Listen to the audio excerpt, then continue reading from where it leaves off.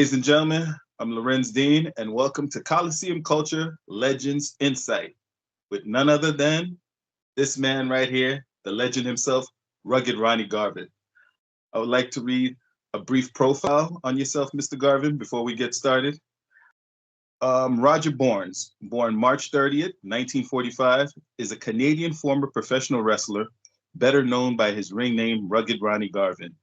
He is best known for his appearance in Mid-Atlantic Championship Wrestling and World Wrestling Federation, was known as the WWF and now the WWE. In the late 1980s and early 1990s, champions he held by Garvin over his career included the NWA World's Heavyweight Championship, and he headlined the Starrcade 1987 pay-per-view with a whole host of other accolades that we're about to go through. So, Mr. Garvin, how you doing? Oh, great. It's a pleasure to be on. Good. All right. So we're going to get started. Let's start off as far as with your early professional wrestling career. Who were you trained by? His name was, that's why it's confusing. His name was Pat Curry. And everybody says it was Pat Patterson. You know, Pat Curry was a trainer at the facility where I learned to wrestle. And he was the trainer. Mm-hmm. And his real name was Pat Gerard. He was from Montreal. And he had went to Europe. This was in the 50s. He had went to Europe and he became a big name. He was like a Hulk Hogan. I guess it was his style, and he was a great worker. And somehow he got involved in drugs and he got deported. Oh wow! And I saw a picture in his office. He had an office, and he had pictures with the Queen of England. That's how popular he was back Oh then. wow! And he got deported, and he ran into this priest, or I don't know how it worked, but this priest has a huge church. He was running the church, and there was a huge basement. Well, they made a big gym. It was huge. You could learn anything: boxing, wrestling, judo, karate, weightlifting. You name it, they had it. And Pat Patterson and Terry Garvin and all the wrestlers in Montreal. That's basically where they started, way before me, because I went Right. there. I was 14, 14 and a half maybe, and that would have been, you know, 60, 1960, something like that, 59 to 60. And so I followed everybody. All those guys were gone already because they were older than me, so they've been there. It's like Pat Patterson. I went to school at the same school, but he was gone 4 years. He was 4 years older than I was, so he was gone.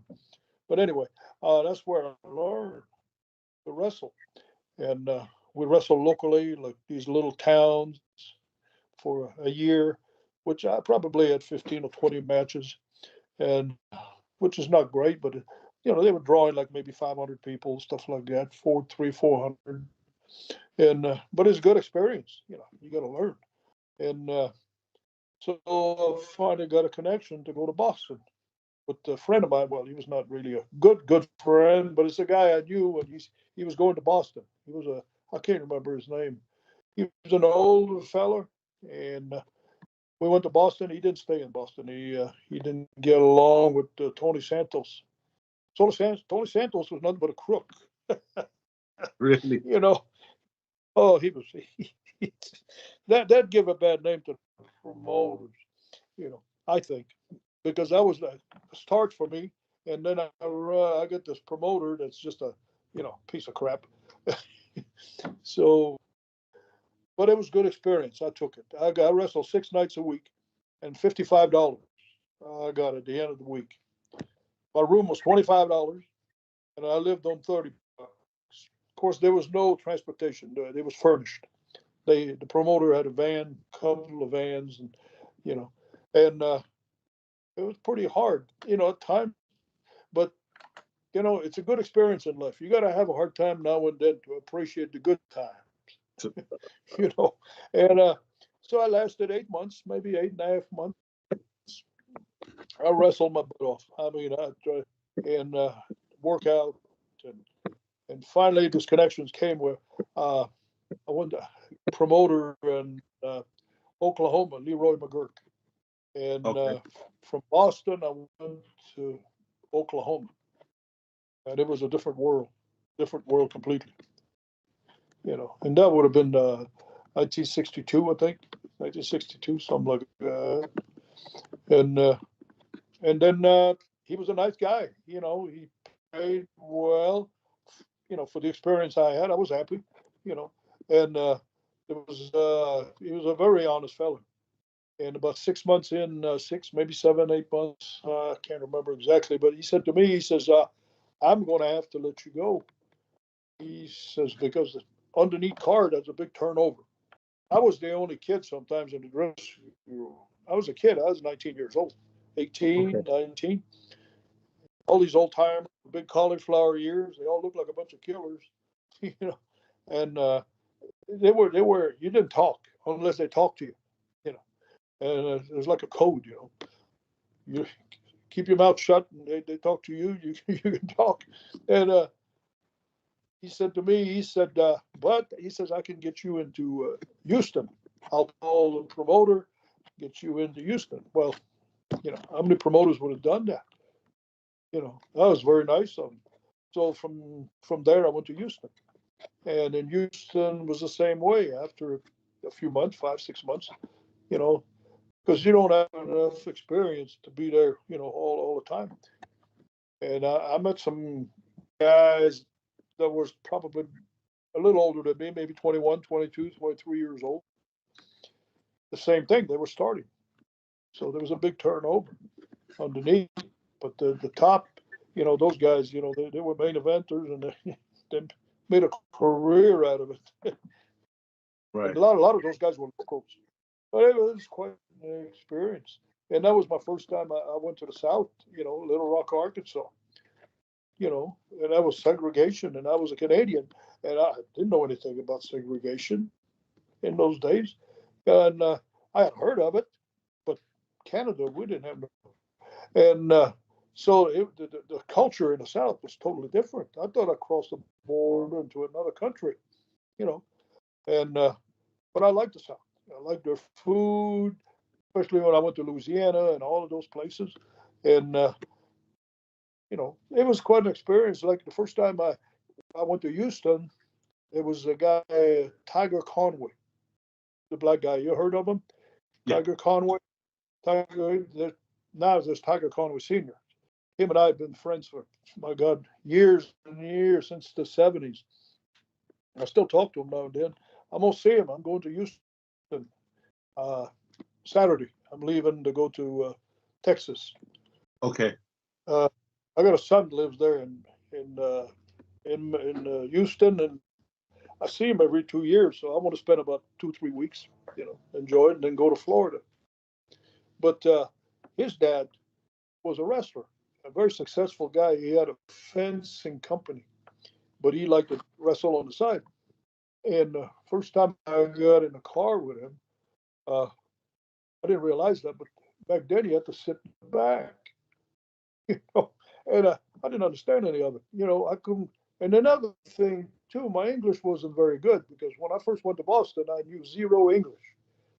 So in that year from Boston to it, I had learned enough where I could communicate, ask for my food and directions, and the basics. You know, and yeah, I liked them right off the bat one time, and then one time we stopped and to eat, and he didn't come out of the car. He says, "Oh no," he says, "I got my lunch." I didn't understand. He was not allowed to go in the restaurant. So it blew my mind. I said, "Well, if you ain't going, I ain't going. I'm gonna sit here too." No, no, no, no, no, no. He said, "You go on in." He says, "That's how we live." He says, they didn't want to ruffle people's, and cause problems. I guess I don't know. I was amazed. I couldn't believe it. I think about that at night at home when I go home, and I'm going. But I got to know old timers and how it worked and everything, and so that was quite an education. Right. Quite an education. And I stayed there, and then from then on, I can't remember exactly. I went to Mobile, Alabama, I believe, Mhm. and that was segregated there too. And we were close to where the marches were in Birmingham and all of that. And Mobile was a good territory. And but I like the southern food, and that's why I never wrestled up north till at the end of my career. At the end of my career, I went to New York, and they called me Minnesota and all those places. I said, no, I don't like. I didn't like the north. Not the people. It was mainly the weather. You know, things were so much more expensive. You know, because you know, I had learned from my dad to save my money. My dad just he told me that a million times, save your money. Well, I'll give you an example. My room in Boston was $25 a week. Well, when I wound up in Lafayette, Louisiana, it was $5 a week, and I was making more money. So that was quite a bit of difference. And it was like that everywhere. You had a plate of food, 99 cents. You know, veal cutlets, spaghetti, stuff like that. And up north, you would have paid at least $3, $4. You know, even back then. And the gas was like 19 cents a gallon. You know, Oh, where other places it was 35 back then. Funny if you jump from 19 to 28 on 30 cents. So anyway, it was better than going to school. I quit in the ninth grade. Well, I quit. I was forced. I got kicked out of school. So came home and dad says, "Son, two things you're going to have to do." He says, "If you're going to live here, he says you got to work or go to school." Well, go to school. I got kicked out, so that's out. So I didn't really want to work because I was already training, and I figured, well, okay. I packed my bag in the middle of the night, and they saw me like 7 years later. And they never knew where I was. And okay. I regret I regret that part very much because my mom and dad, that was hard on them. Got you. Got you. Well, all right. So Very hard. it said Go ahead. it was noted that you started wrestling in 1962 under your birth name. In the mid 1960s, you adopted the ring name Ron Garvin and formed the tag team with Terry Garvin, who was billed as being your Yeah. brother. How was that? Yeah, well, Terry was Pat Patterson, Terry. There was a bunch of, they were like 6, 7, 8 blocks away from where I was. And that's how I knew them. And Terry said he wanted to go to, he had called and got booked in Louisiana. And he said, "Well, you want to team up with me?" And I said, "Fine." So he called and they said, "Yeah, we'll take you as a tag team." So that was my first experience as a tag team. We went to Lafayette, Louisiana. That's where the office was. And I can't remember the name of the promoter, but he had sold it to somebody else. Anyway, I was there probably 8 months, maybe a year in Lafayette. Oh, the Field Brothers had bought part of it. The Field Brothers were promoting Mobile territory, you Hmm. know, the whole area. And they bought part of that because it wasn't very far, Lafayette to Mobile. So we got to wrestle in Mobile sometimes, and then we'd wrestle in Louisiana, Homa, and all those places, Baton Rouge, and New Orleans, and all of those places. So I was in that area probably for 2 years, 2.5 years, and Terry and I did real well, and then we finally wound up. I think it was '68, something like that. We went to Florida, and we teamed up there. We won belts. We won all kinds. We did real well. We did real well. We had a good team. Yeah, Terry had good psychology. You know, he didn't have much of a body. You know, but he was in decent shape. But well, he was older than me, and but that was experience. You know. Sorry about that. We went through a little technical issues. We're back on again. Um, I believe Ron, you was talking about first. You mentioned how you tagged up with Hulk Hogan at one point. I did not know that. Yeah. You want me to start there? Yeah, yeah, with Hulk Hogan, and then you went off speaking about the Rougeau brothers. But we could start off with you tagging up with Hulk Hogan. Okay, so you want me to repeat it? Yeah, yeah, Okay. Yeah, I was partners with Hulk Hogan 2 or 3 times. I'm not sure exactly. When I went to WWF, WWE at the time, they were going to Canada. Oh, they still mhm, are, I guess. And so they booked me with. I was partners with Hulk Hogan in Quebec City, Montreal, and I think it was another town. And because I was French Canadian, which I'm not French, but because with a name like Barnes, that's not very much French. So, but I was from Canada, Montreal, and we had got over real good in 1985 with the Rougeaus. Jimmy and I right. wrestled the Rougeau brothers, and so we were, well known there. So that, I guess that's why they put me partners with Hulk Hogan, and I think we wrestled the Road Warriors, I think, or somebody. I can't remember who we did for sure, but yeah, he and I really enjoyed it. He's quite a guy, quite a guy. I like him. He, you think he would be? He's a very kind of a down to earth guy. Real because at one time in one of the matches, I never forgot that. I tagged him, and he tagged me. I can't remember. And when I tagged him, he said, "Brother," I said, "I'd like to be able to do what you do." And I said to him, "I'd sure like to have your checks." I sure like to have your checks. Right. Uh, And what year was that you tagged up with Hogan? well, that would have been between 80, I was there for almost 2 years, 88, 89. Well, I can't remember, but one of the two. Oh, okay. So he was Yeah, up there yeah, during we those. were on the road, that was, I guess they booked that because, they knew what happened in Montreal and we were over.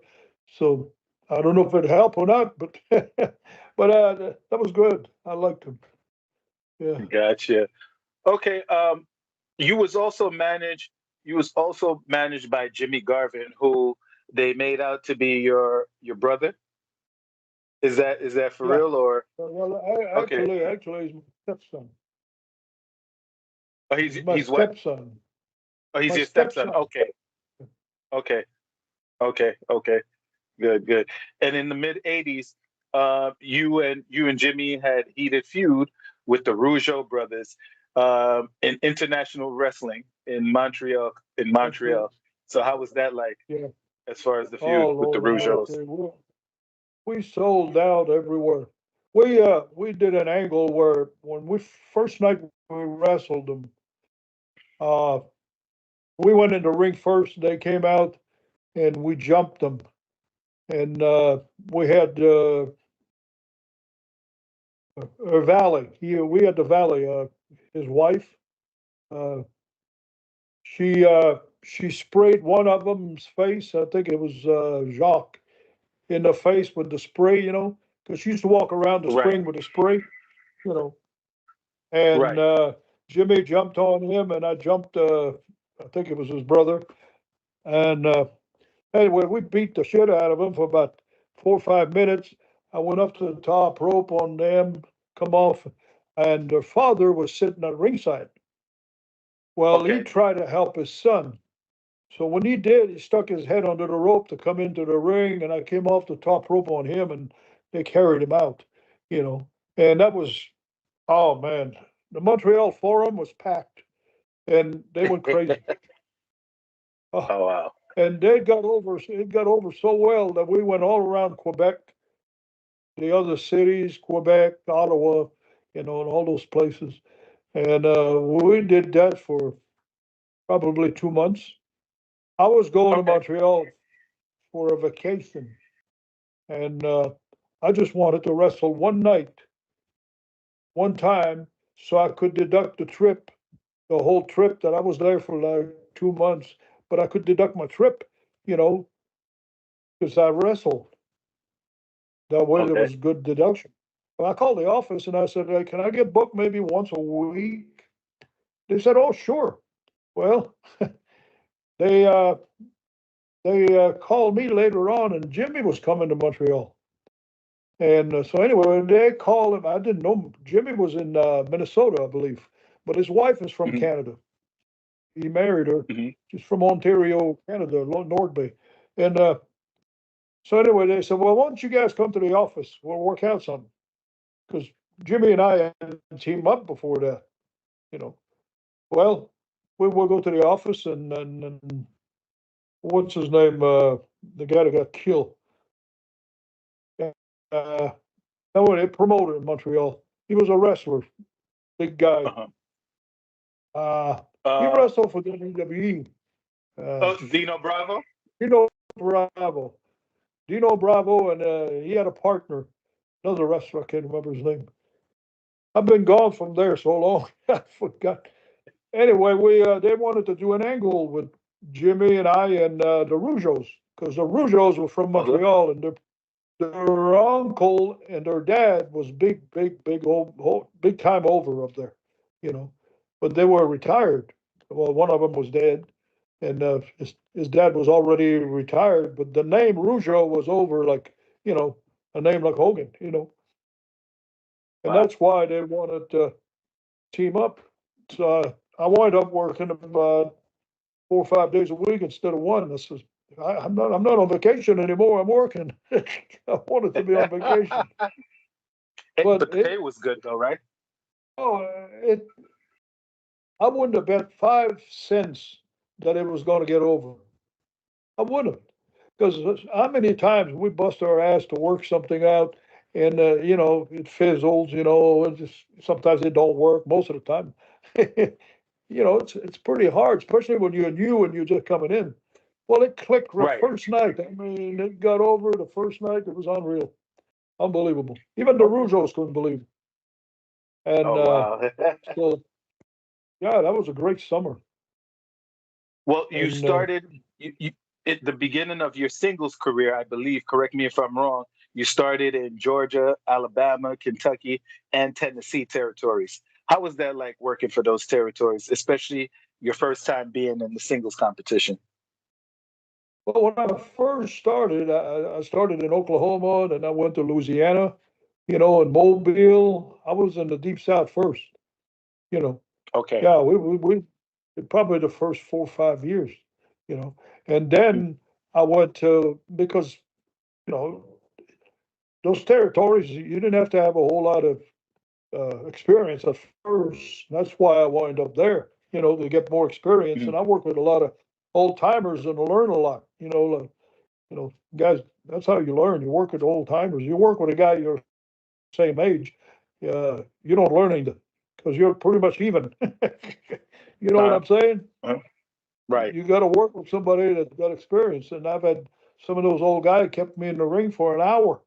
My tongue was hanging out, you know, and well, that's you can't ask for better than that to learn, and Yep. so later on, that's when I went to Georgia.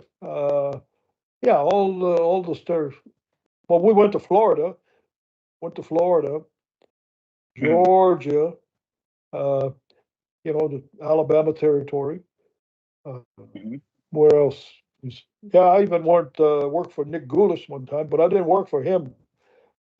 I worked for Jerry Jarrett. You ever heard of Nick Goulis? Okay. Yes, I've Nick heard. And Goulis how was the I was biggest about. crook on the planet. I was gonna ask you how was it to work. Nick Goulis, Go ahead. I, I had heard so many stories about Nick Goulis that I swore I'd never work for him. So one day, Jerry Jarrett called.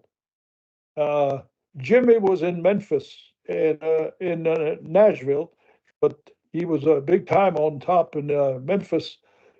Tag team with, I can't remember the guy, but they wanted to me to come and replace his partner because the tag team brothers is better. Hmm.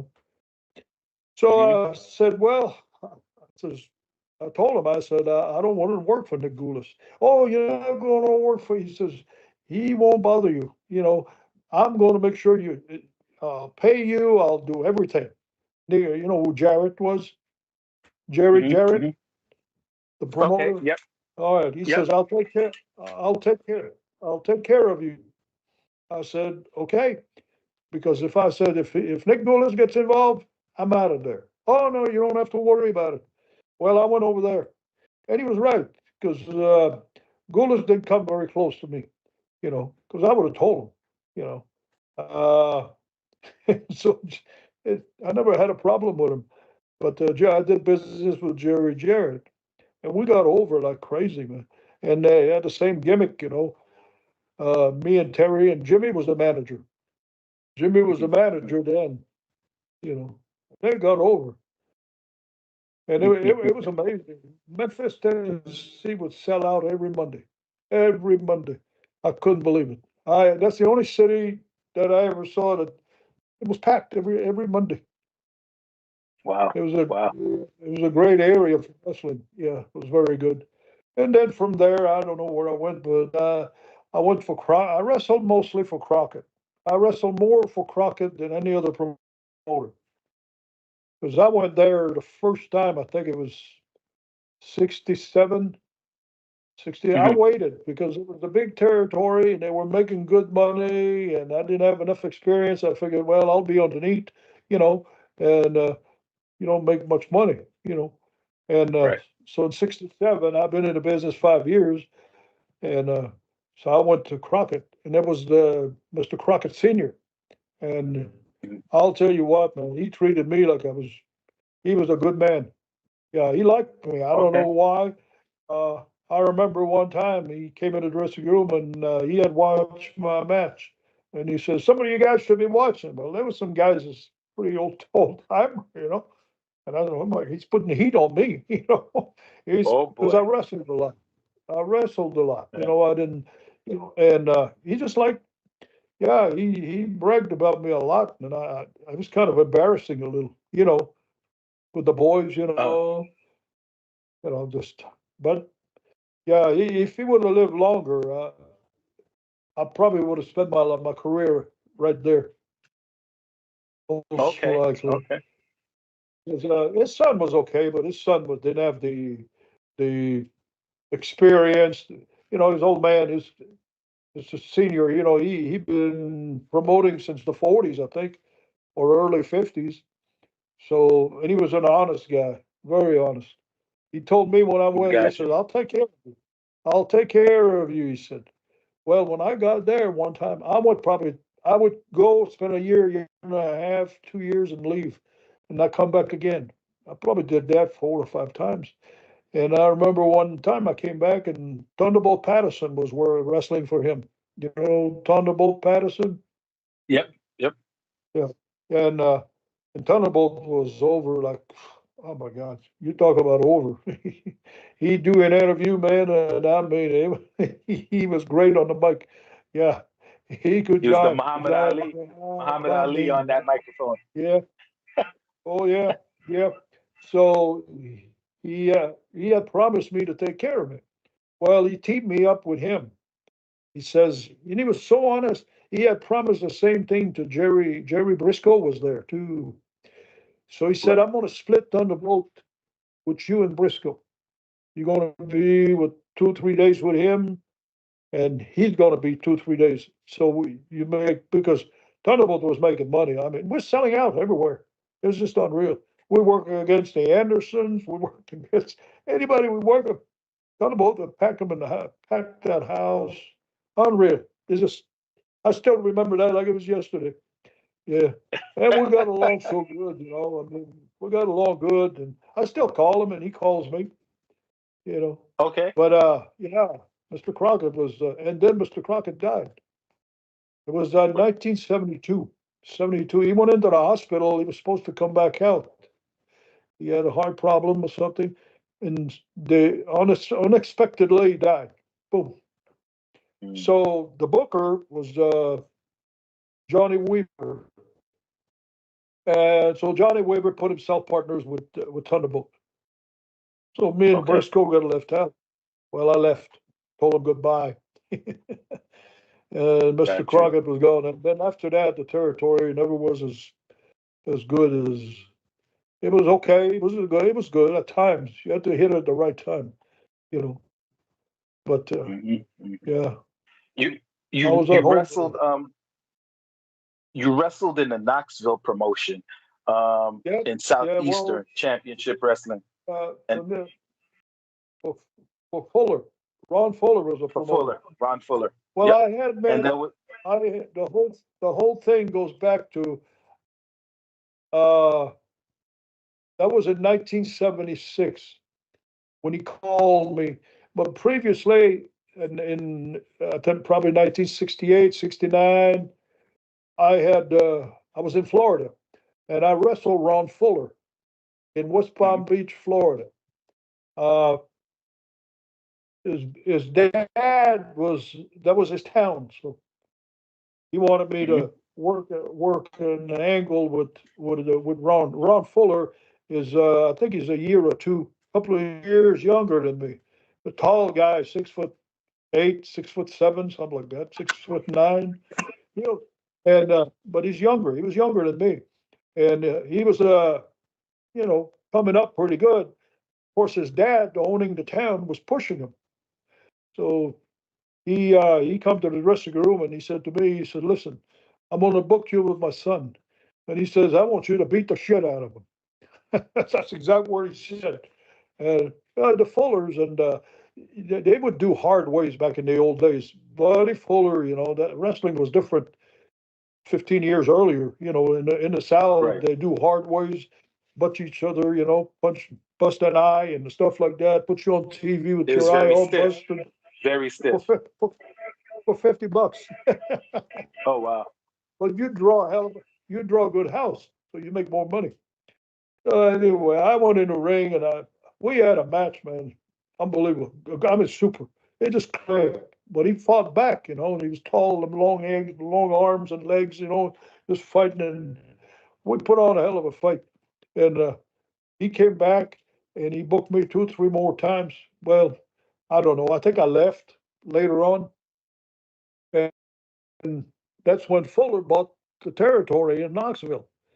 He bought he bought it from the guy that owned it before. And so the first thing he did is he called me. Well, he says, "You want to work for me?" And I hadn't seen him in probably 4 or 5 years. And he gave me a guarantee. You know, that was the first time I had guaranteed money. And he was good about it because he gave me more sometimes. When we packed the houses, I went to Knoxville. I was over like, yeah, I had a gimmick like uh, what's his name? He worked for WWE. Austin, Steve Austin. oh, That was my gimmick in Knoxville way back before Austin. You know, oh yeah. wow, I mean, oh shit. They start calling me the one man gang. I was the one man gang. That was my nickname. 'Cause I beat 4 or 5 guys in the ring. I was over like, you wouldn't believe it. I beat Andre the Giant in Knoxville. I wrestled Andre the Giant. And I beat him in Knoxville, really? Tennessee in 1978. Go online. 1978, Knoxville. Ronnie Garvin. And yeah, yeah. But I Did didn't pin you him. I did you didn't ever pin have him. an I won. okay, okay? Did you ever have an issue as far as because I know a lot of the guys from back in the 70s and 80s, and it's well deserved and it made sense to me, but they never wanted to put a guy over that couldn't beat him in real life. Did you also share that same ideology? Well, I never had a problem. I was stiff as hell, man. I beat the shit. I asked Ric Flair. he still laughs about it. He says I had t- two bottles of Neosporin on his chest. I split the skin, man. I mean, really, I've seen it. He never complained. Oh, we beat the shit out of each other. Jeez. I never had a problem with anybody. Actually, the only problem was Randy Savage. And it was not with me. It was with I was partners with Tiger Conway, and they didn't like Tiger, I guess. So there was something going on. I had never met the Poffos. I was in Columbia, South Carolina, and I was booked against the Poffos. That's all I knew. The Poffos didn't mean anything to me, And Randy Savage is later on. I find out he's already been in the business maybe a year, and he had 4 or 5 different fights. He Hmm. sucker punched. He sucker punched 2 or 3 guys and all the stuff. He had more problems than the guy that's been in the business for 20 years. He just started. So, but I didn't know this. So we're in the ring and starting the match, and right away I said, "Huh." They were cussing Tiger. They were, tag right in the ring, and so shit. Well, you know, if and eventually, what happened?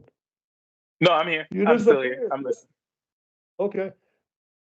Well, eventually, uh, I said to myself, "Well, if they double team him, they're going to have a problem because I'm not going to let my partners get his ass kicked. 2 on 1." And anyway, it was a lousy match, terrible, no selling, no nothing.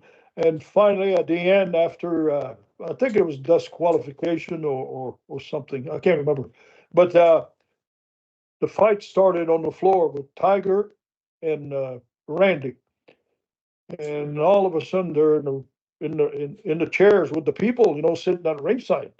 A couple of people got scraped, and stuff like that, and but the whole place is upside down. The chairs are turned over, and so I had to get involved. And I'm walking around the ring, and Lanny's throwing kicks at me, and backing down, and I'm walking him around the ring, and all of a sudden I look, and Tiger's under Macho, and so I ended it. That was the end. Boom. I just hit him with one of those things that you hold the rope around the ring, and that was pretty much the end of it. And I got blamed for the whole thing. So I left. I think 2 or 3 days later, I left North Carolina. So, okay, well, I wanted to actually ask you, as far as, well, you started talking about Lanny, as far as Lanny the Poffo. You also wrestled for Angelo Poffo's promotion. Well, Uh, I own part of it. I bought in 20% of the promotion. Yeah, oh, you that did? was after we had split up from Fuller. We had split up from Fuller. Bob Root, Bob Orton, Malenko, myself, you know, and we were going opposition, and we did. We went against them. We were the talent.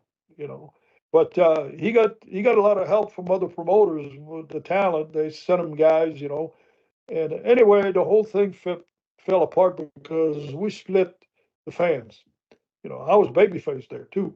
You know, and I was just like a crazy guy, man. I was just doing all kinds of, and so we were both losing.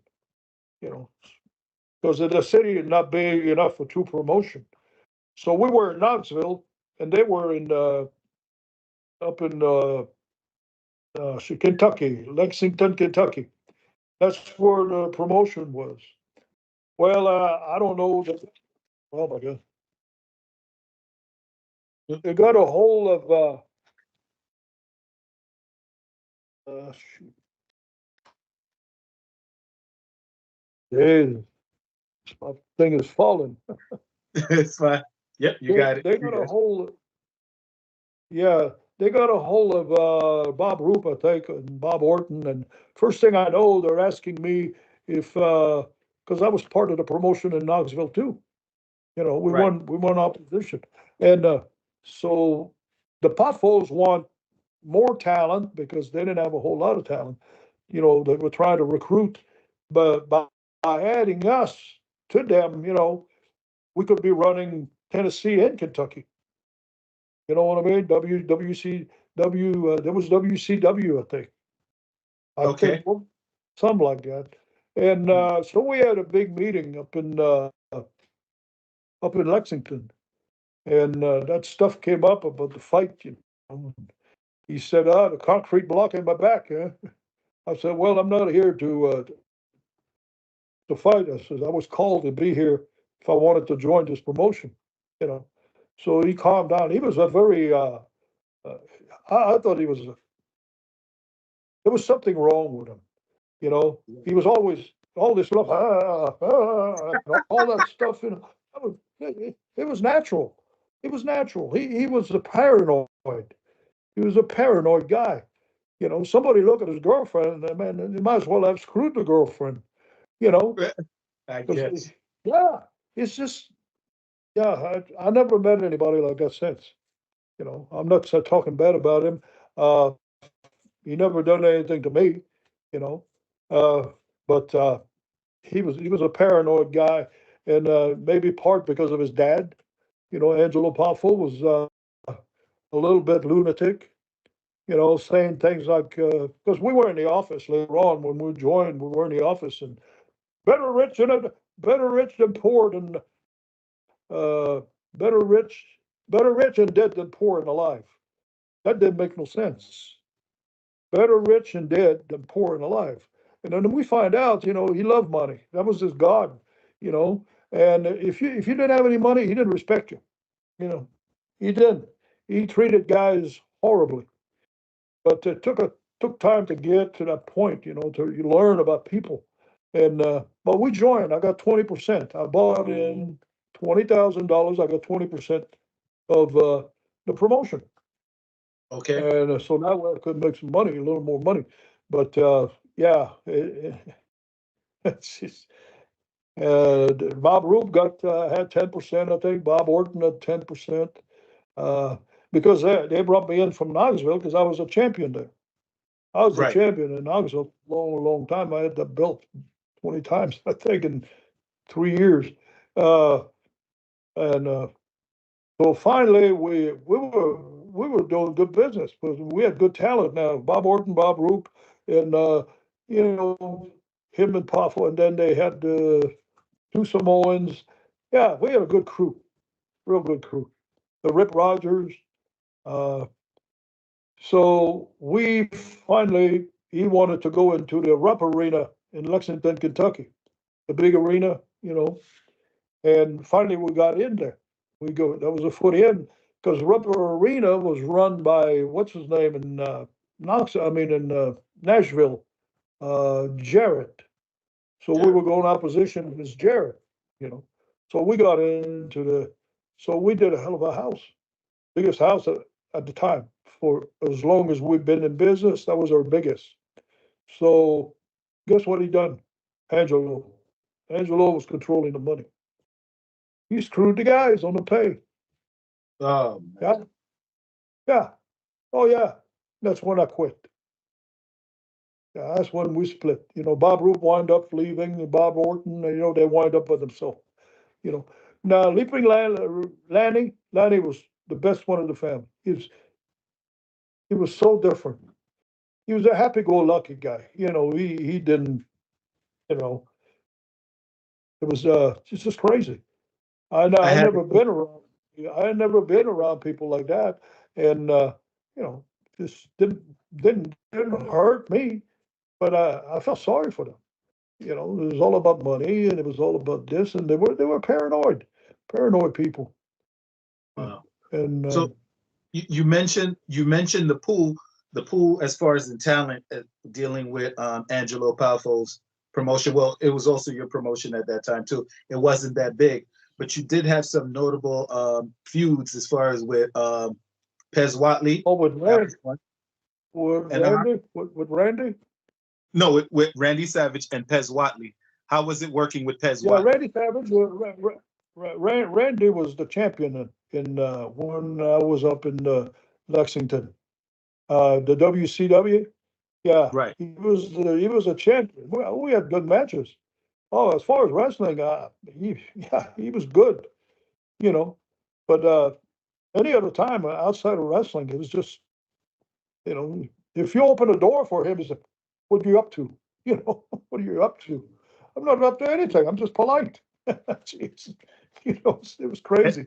You know. and what But about as far as a worker, I give him credit. As far as a worker, he was great. He was good. they said He he was was good. very meticulous as far as when it came down to setting up his matches. He would go over it over and over and over again. Was it like that with you No, and him? No. no, I never talk. I wouldn't talk. I say no. I don't talk in a ring.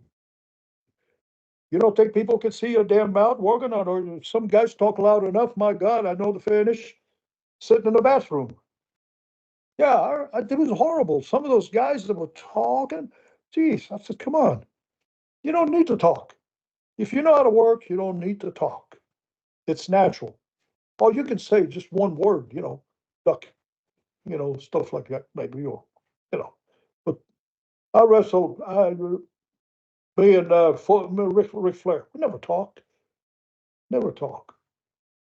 We wouldn't say a word, you know. I mean, it's just Yes. play it by ear, to me, that was natural. Because if you Okay. don't know by now, I can see maybe a beginner, somebody that's got maybe a year, 2 years in the business, you know. But I didn't talk with me and Savage. We never talked in the ring. Well, we might have said one word now and then, but very, very rare. I don't remember. You And know, and he how was was it like? match. He was a good wrestler. He was natural. You got to feel the match, feel the guy you work with. You know, there's some guys, man. It was such a pleasure. Hell, I would have wrestled 10 times a day. I'd go out. I would many times hour. I love going an hour was. You know, because Broadways. it gets better, it gets better and better and better. But there's a lot of guys that had an hour match and it was boring as hell. You got to have the chemistry. If you got chemistry between two guys, and sometimes it just comes natural. I compare it to dancing. If you're a hell of a dancer and I'm a hell of a dancer, we're going to have a hell of a dance. You know Right. what I mean? Right. If you dance with a lady and she's the best and you're the top two, uh, it's, it's nice to watch. They know how to dance. They know to do what they're doing. You know, Right. and wrestling is a little bit like that.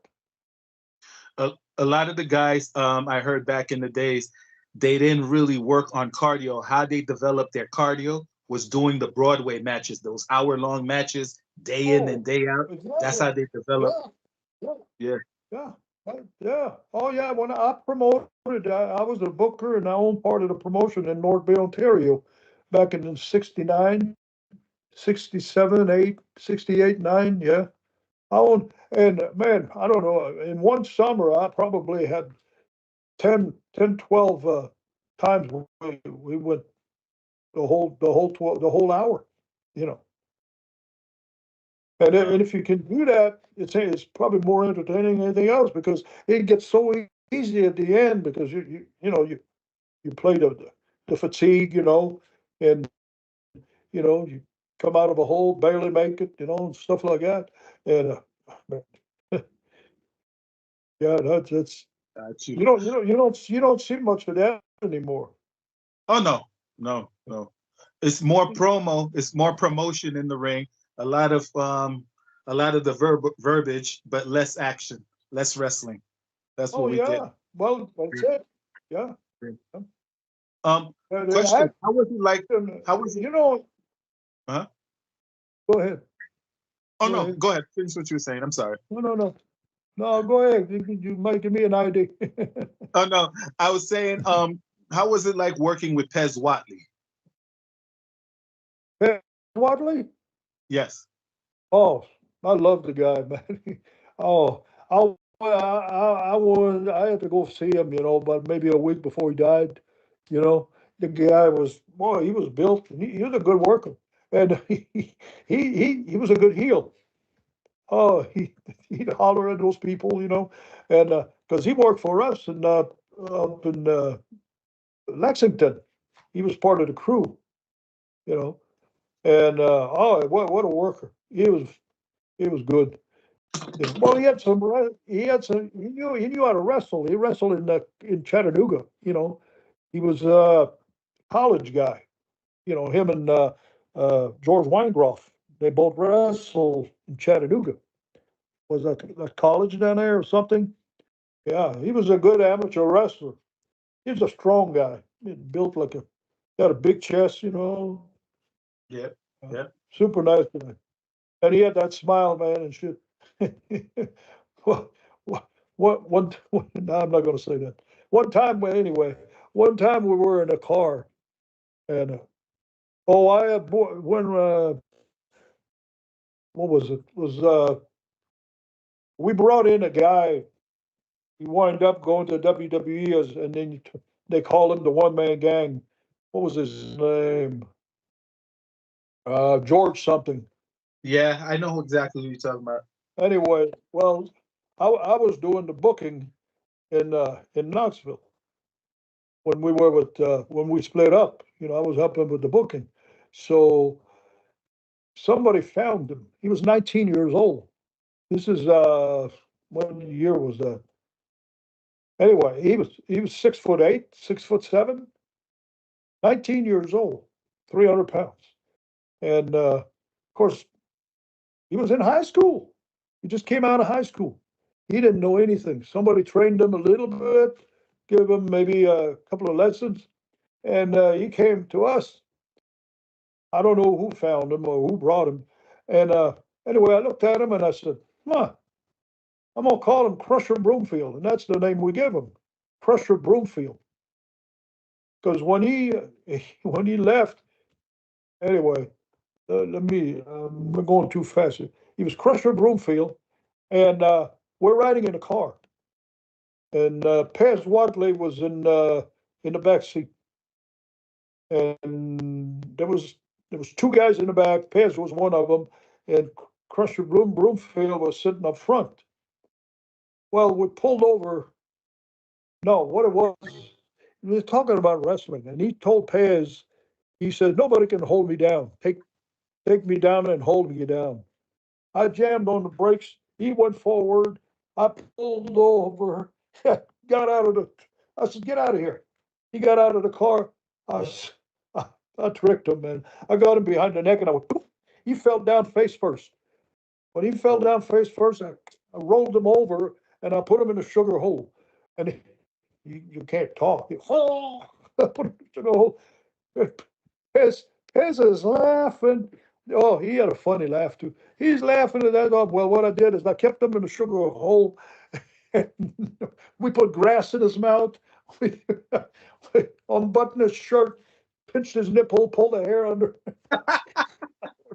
And then I said, "Now nobody can take you down and hold you down." Anyway, he got in the car and sat there. He sat there, big old guy, but he's sitting there.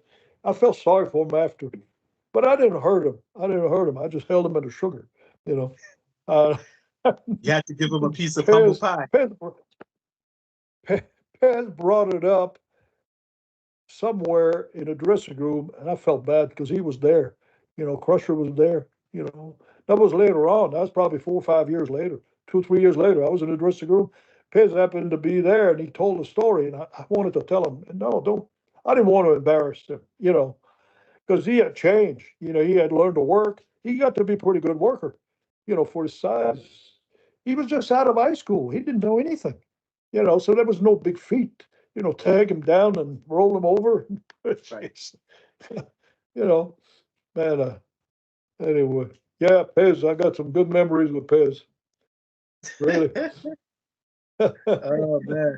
One of the moments that was infamous was that with Ox Baker when you knocked out his dentures.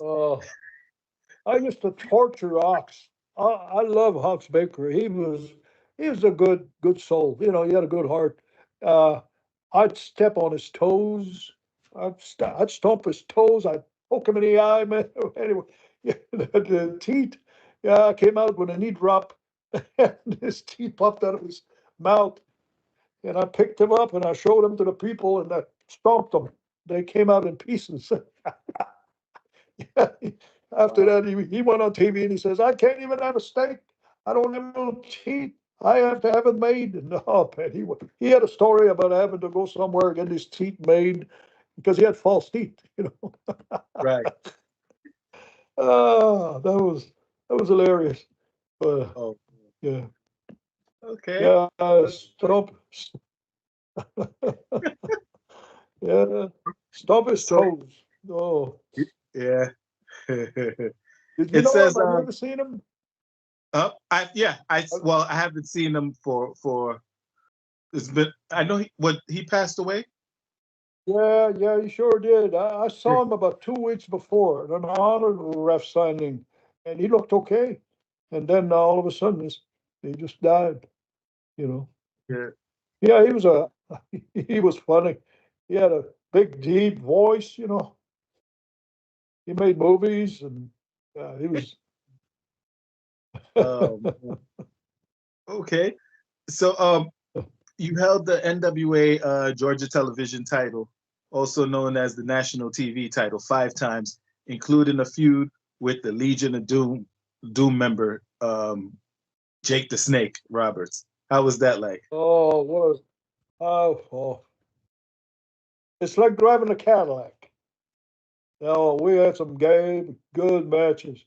See, that's why a lot of people say, "Well, what was it like to have won the world title?" Well, it was good.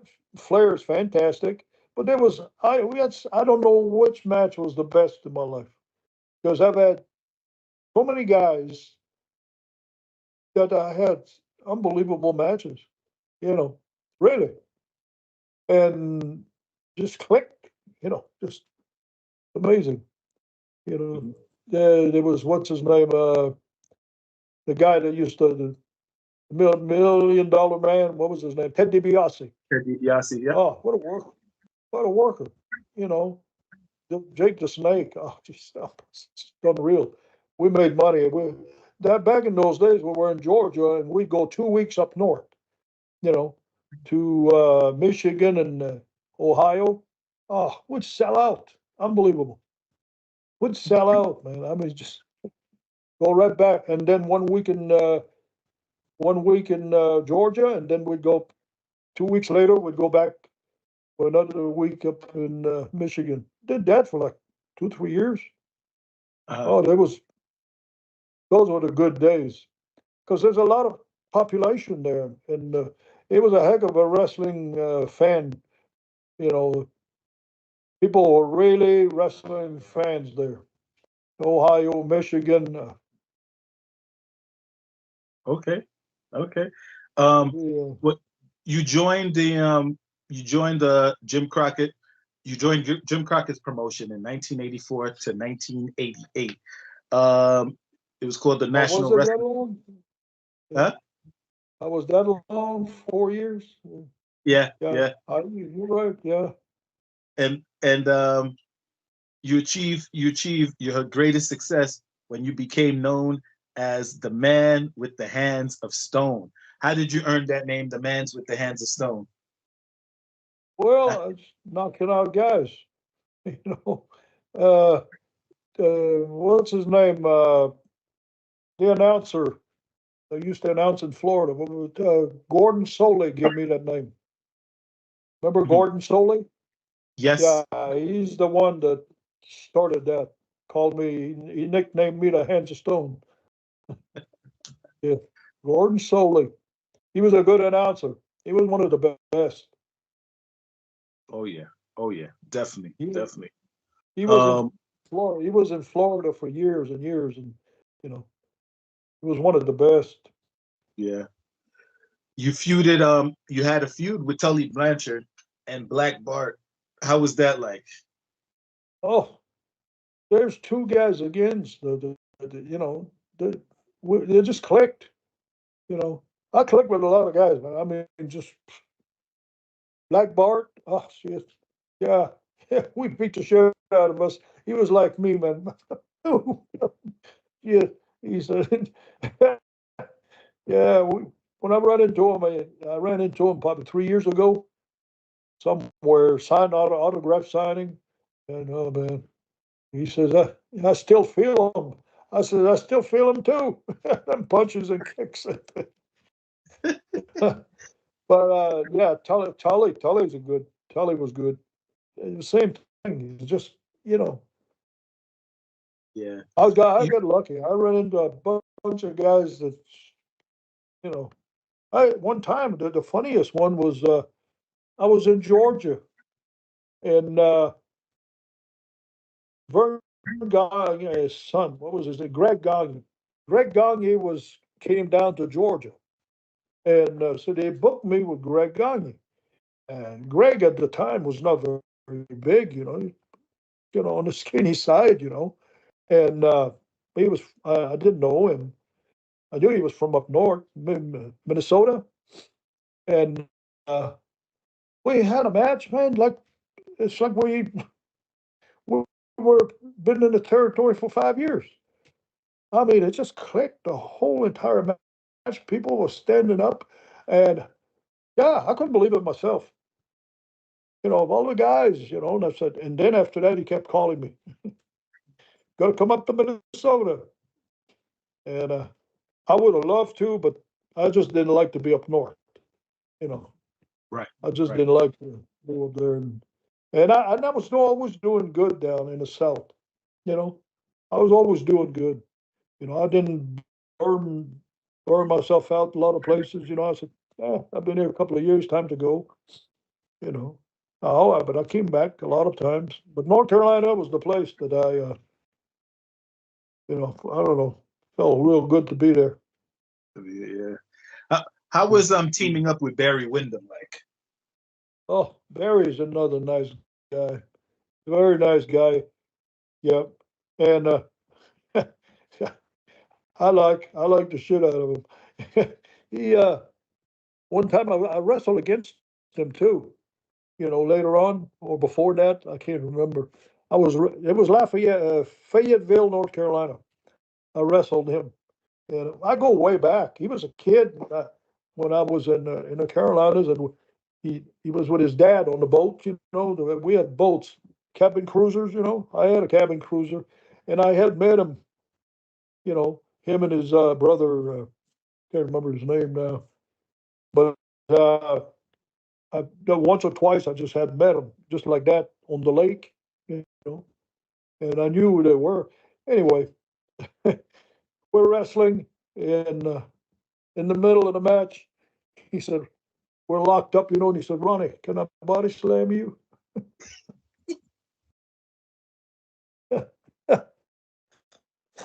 I told him later, you don't have to ask.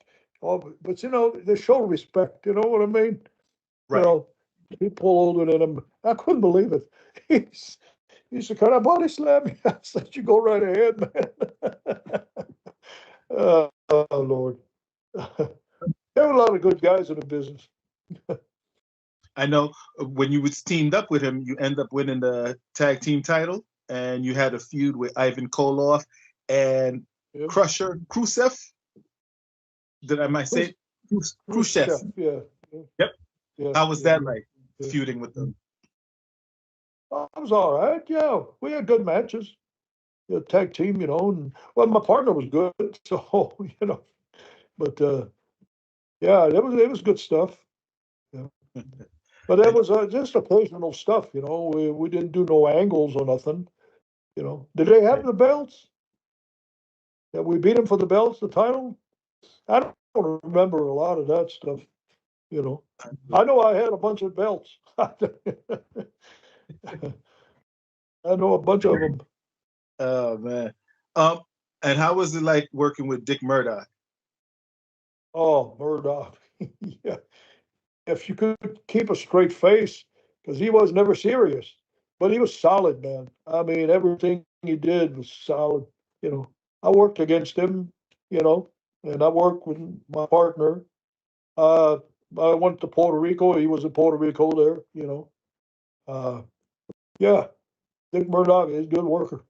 Well, when I first started, my first few times I went down to Florida, it was in I want to say 66, 7, 66, 67, 68, maybe around there. Uh, I traveled with them, him and Dusty. They Mm. were, what they were calling them? They were calling them something.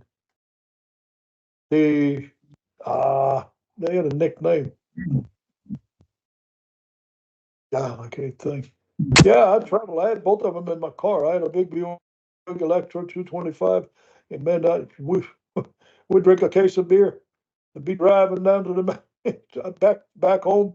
God, I'd truck and drink a case of beer in I think a half hour. And, and how was And he was funny. and how was it like working against Jim Cornette's Midnight Express?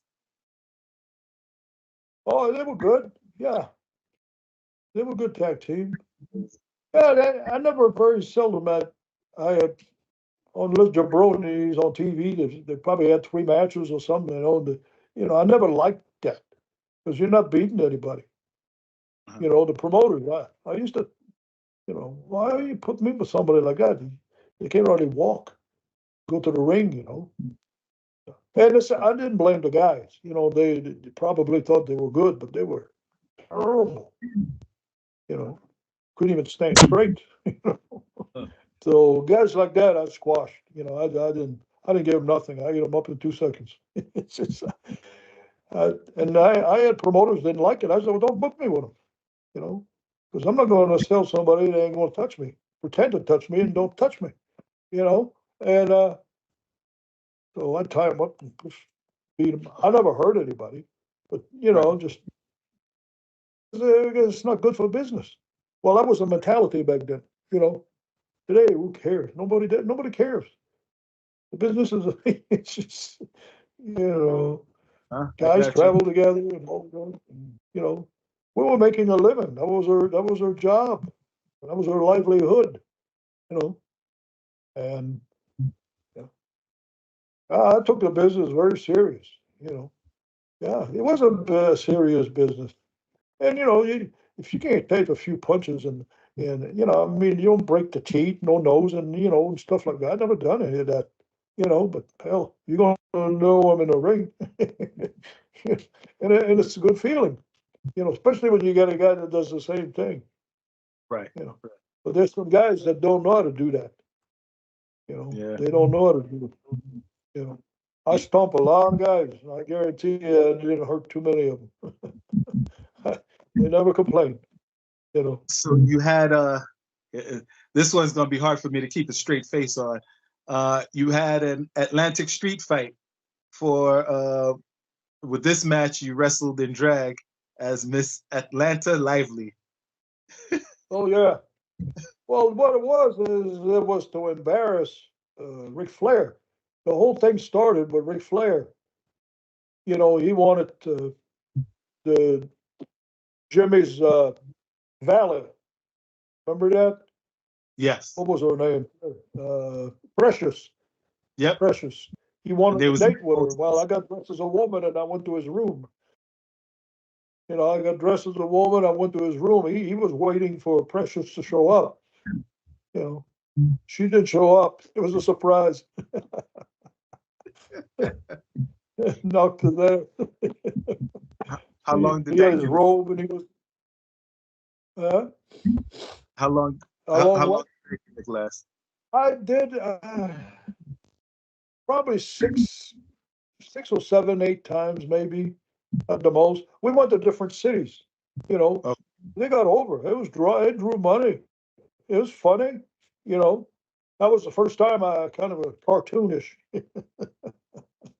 But I had a good time with that gimmick because when the first one I did, I had to go get some women's clothing and all of that, and shoes, and so I had a girlfriend, and she helped me with all that.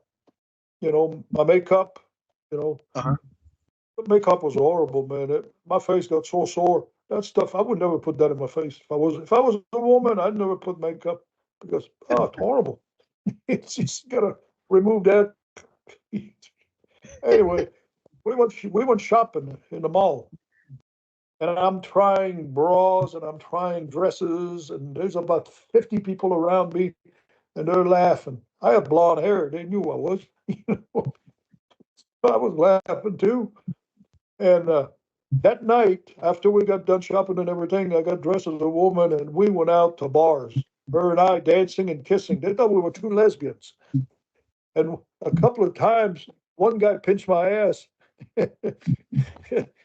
And another time I heard him say to his girlfriend, he says, "Look at the shoulders on this broad." Oh, On this broad here. I heard him. ay, ay. Uh, So, well, we had a good there was time. an NWA. You had NWA Starcade that also was the same day as the WWF first Survivor Series. How was that like? As far as I don't know if you was aware about that. As far as participating in the Starcade event in 1987, but that was the same day Survivor Series was debuted for the WWF. So you could say that was the very first head-to-head situation that happened. I never knew. I didn't know. Yeah, I don't yeah, remember. I don't remember. I think I remember hearing about it, but it was on the same day. yeah, yeah, Huh. yeah, That was in Georgia. That was when I was in Georgia, right? yeah, yep. It said Yeah, Crockett chose to face the strong WWF competition by having yeah. Flair win the title, and Flair therefore had to lose the title first, and whoever beat him would only be the placeholder champion. So most wrestlers declined the offer because yeah, they didn't want to be that paper champion. They declined the offer, but you assume that at 42, it may be the last chance to hold the major NWA title and accepted to fill the role. So that's when you stepped in, as far as and then you beat Flair. I never heard about that Yeah, because they called me in the office and they asked me, because the idea at first was to put it on what's the guy that's paralyzed? He had a car accident. What's his name? oh, yeah, Magnum. Magnum. Magnum. Yeah, they were going to. Flair was going to wrestle Magnum. Okay, and Magnum got hurt. Well, he couldn't wrestle, and that's why they decided on me. And they asked me. They called me. I went to the office, and they asked me, and I said, "It's fine with me. I didn't matter. What the hell, you know? That don't hurt you." And man, I got a $10,000 fucking payoff. So I wasn't mad about. And but I had it for a month, you know, and I didn't care. So there's what's his name? The fat guy. What's his name? Dusty Rhodes. Dusty Rhodes That's got it twice. Yeah, the next day he lost it. yep. And everybody says, well, hell, you know, no, a lot of that stuff don't make no sense to people. Anyway, Dusty didn't want it. Dusty fought against it. Flair wanted to do it. So I said, hey, I'll do whatever, you know. And Flair, so finally, Crockett agreed with Flair that it'd be me, that I would do it. And I says, fine. I didn't ask about, you know, it's business. It's a wrestling match. It's a work. Hey, boys, Yep. it's a work. So anyway, but Dusty, you know what Dusty did? The whole month, it was a little over a month, it was the whole 5 weeks before the return match for Flair to win. The whole 5 weeks, I never defended the title. He wouldn't book it because he was afraid I'd get over more than he was. He done that with the Rock and Roll Express. The Rock and Roll Express was selling out houses in small towns, and they were wrestling in another bigger town. Well, he was envious of that. He would Right. book himself with the Rock and Roll Express in 6-man tag teams. I like Dusty. I always liked him. But when he became a booker, it was all about him. You Yeah, know, it it's was all it's about him. been I don't care. It's been bless noted. his soul. I'm not saying anything but what was happening. He just wanted the glory. Well, okay, you can have it. A lot of the workers was also saying the same thing, that as a booker, yeah, he's done some underhanded stuff that put him in a light and then pushed others back. So yeah, you're Oh, yeah yeah oh yeah, he didn't want you. He didn't want you to get over more than he was. yeah. He did. Yeah. And he had the pencil. Pencils are powerful. Yep. But I didn't care. He did the same thing to me in what was I at? I was in Norfolk, Virginia, I think. Oh, that was up north somewhere. That's when I left. I knocked him out. Do you remember hearing about when I knocked him out? He No. turned me heel. He wanted to turn me heel Okay. because I've been babyface the whole time. And he wanted to turn me heel. So we were somewhere up north. Yeah, where was it? It was a big town. And he was going to put me partners with Alex Perez Okay. and with a manager. He's dead now, but what was his name? Uh, he was a manager, and supposedly the manager was going to give me $5,000 to me to knock out Dusty Rhodes. So that was the way I was going to turn heel. You know, well, I did. I went in the ring. He just beat somebody, and I got in the ring behind him. I tapped him on the shoulder, and when he turned around, I knocked him out. Uh-huh. And he laid there. He laid there, and I left the ring, and the people cheer. The people, not all of them, but it was 3/4 cheers for me versus his quarter of, you know. I was over at that town. Oh, I know what it was. It was Cleveland, Ohio. Cleveland, Ohio. I was Okay. over like hell there. And I says, this is the wrong place to do that. Because once you get over, people, it takes, anyway. So, and I quit. And you know how I did it? We were going to do TV somewhere, and Uh-huh. we were flying there. Well, I made it to the airport with my suitcase. I got in the airplane. There was a private airplane that Crockett had bought a jet. He had bought two different airplanes, you know, and he had a private pilots and everything. Uh-huh. I got on the plane and I walked to the back of the plane. All the boys were in the plane, and I shook their hands and I said, "Boys," I said, "I'll see y'all later. Adios for today." I thought I was joking. I walked out of the plane, walked out of the airport, and I went home. And we're supposed Wow. to go do the TV, do an angle with Dusty. So And I didn't show up. But you know what Dusty said on TV? Oh, he says, I got him back. He says, he didn't show up on TV. He was afraid I got him back. He says, I don't know. I don't know where he got me back. But anyway, I just left. I I don't No notice, no nothing. I don't know if you ever heard. Well, it's funny how tables turned when he got to WWF. How Vince McMahon, did it on him, put him in the polka Oh, dot, and also oh, Virgil, the name Virgil, Vince Million Dollar Man, that was an attack on Dusty Rhodes. Like he called him Virgil. oh, yep, yep, yep. That I've always said Vance was a genius. I mean, I I caught on to that right away. Vince is a businessman. There's guys that insulted him, and I heard a few guys might have slapped him or something or hit him, and they'll still use him if he's made because they're making money. He'll use you. Yeah, he'll use Yep. you. He was strictly business, and he got even with Dusty because you know why? For years, Dusty knocked Vince McMahon.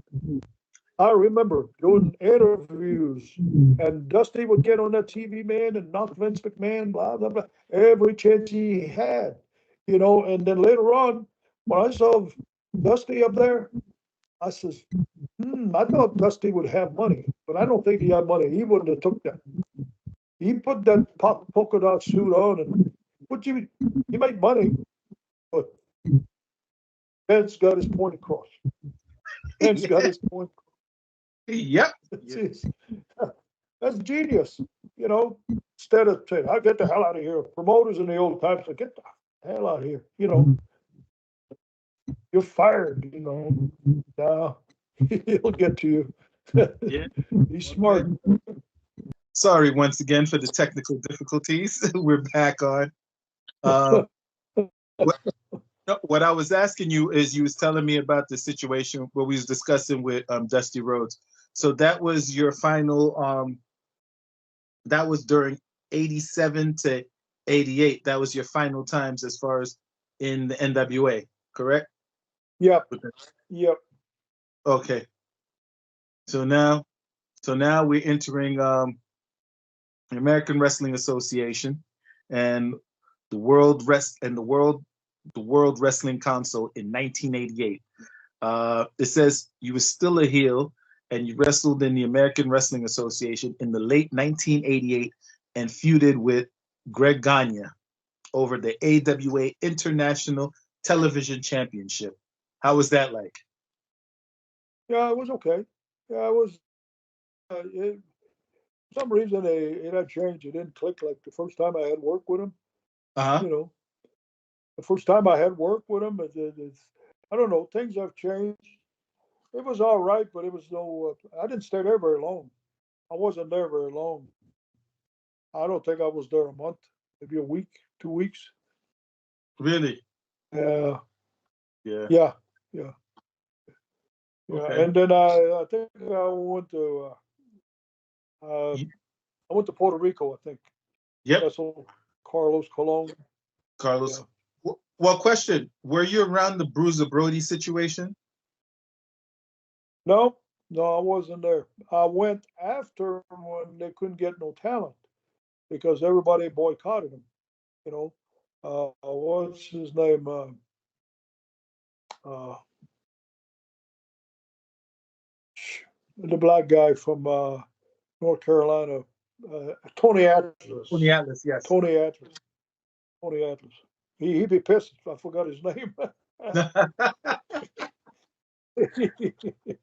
I love Tony, man. He was funny as hell. Yeah. Oh, he's a funny guy. Yeah, Tony boycotted him.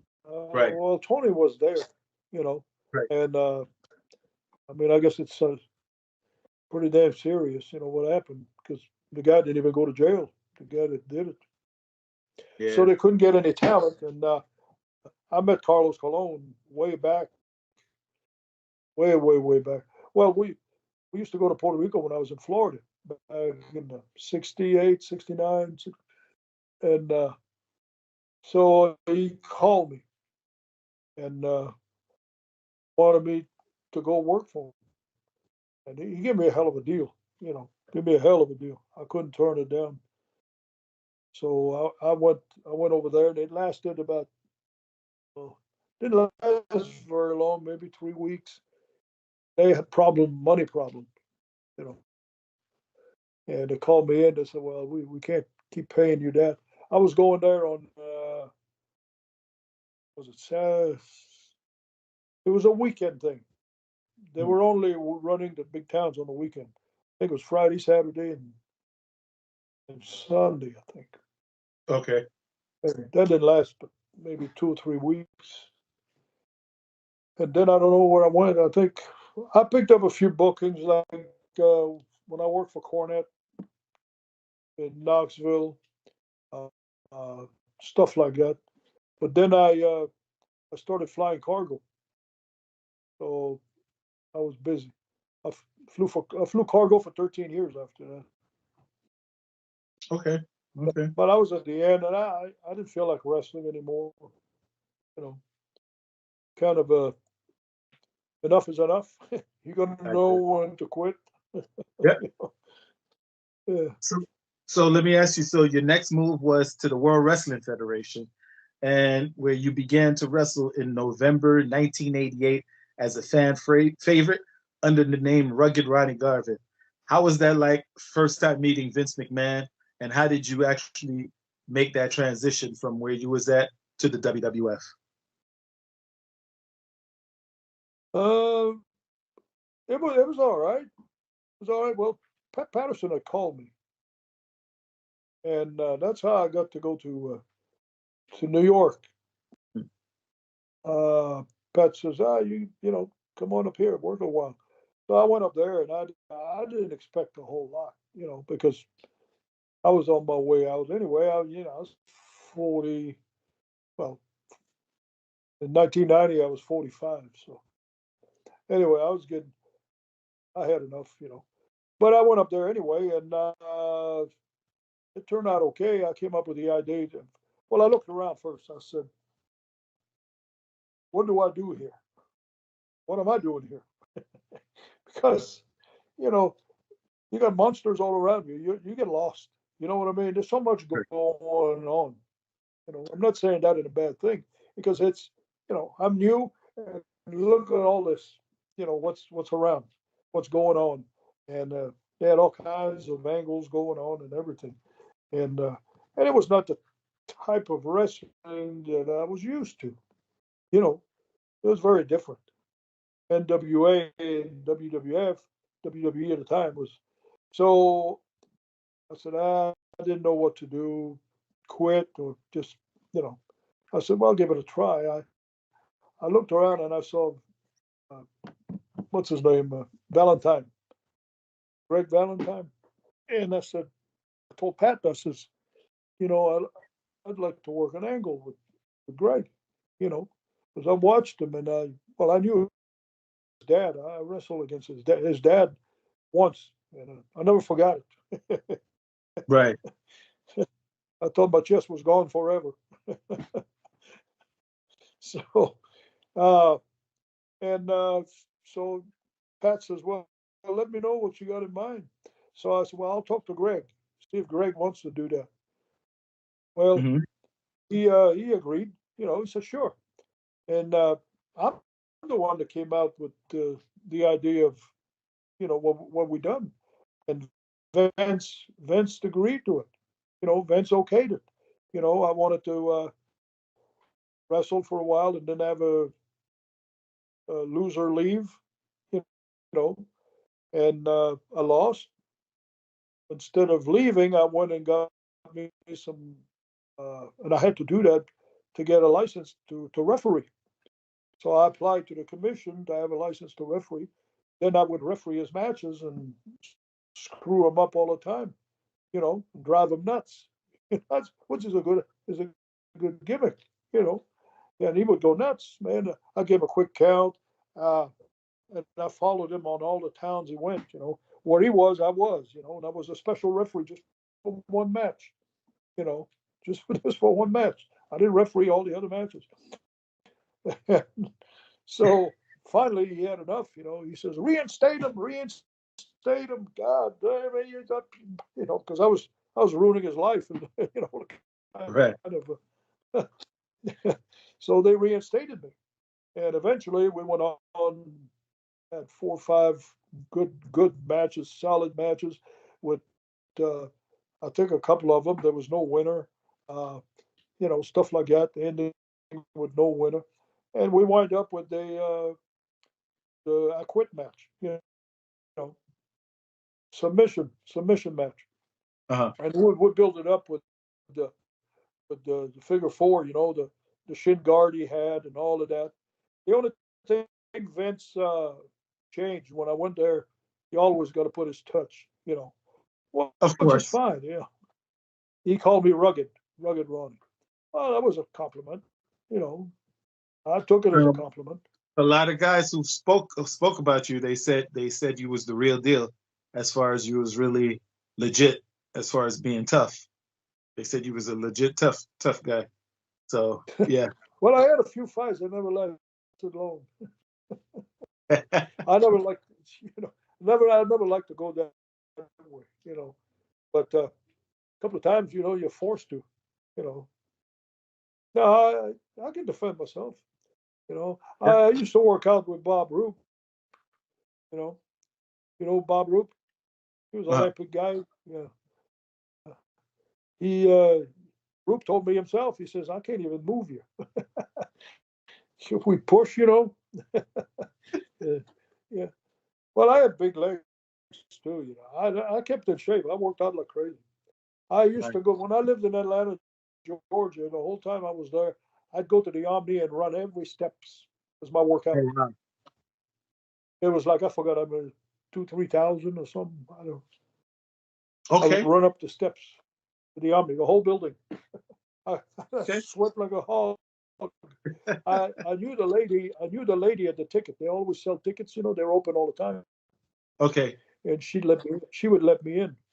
You know, and I just run the steps and I'd leave. Okay. Steps is a good workout.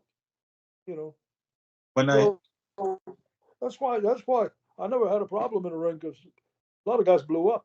You know, they just, and then when that happens, you know you don't have a problem. oh yeah, hundred people percent, don't people people don't want to get mad when they're out of breath. 100%. No, you're right. You're Yeah. right. Um, so Well, when I started touching upon your entry as far as entering the World Wrestling Federation, we kind of moved ahead. We went towards the end, but I want to bring it back towards the beginning a little bit. Your first pay-per-view event, I think it was the Royal Rumble in 1989. Um, you competed, and it was Andre. You got eliminated by Andre the Giant. How was that like being eliminated by Andre?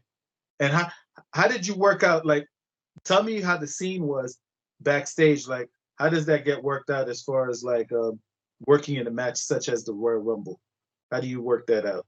well, it was pretty easy because you know I knew I was going out, so we just pick a spot, you know, and it was easy for him. I mean, I think he picked me up with one hand or something, just flung me over the rope, you know, and so yeah, I never liked those matches because you can't do anything. You know, you're fighting one guy, fighting another guy, then you get hit by somebody else, and then.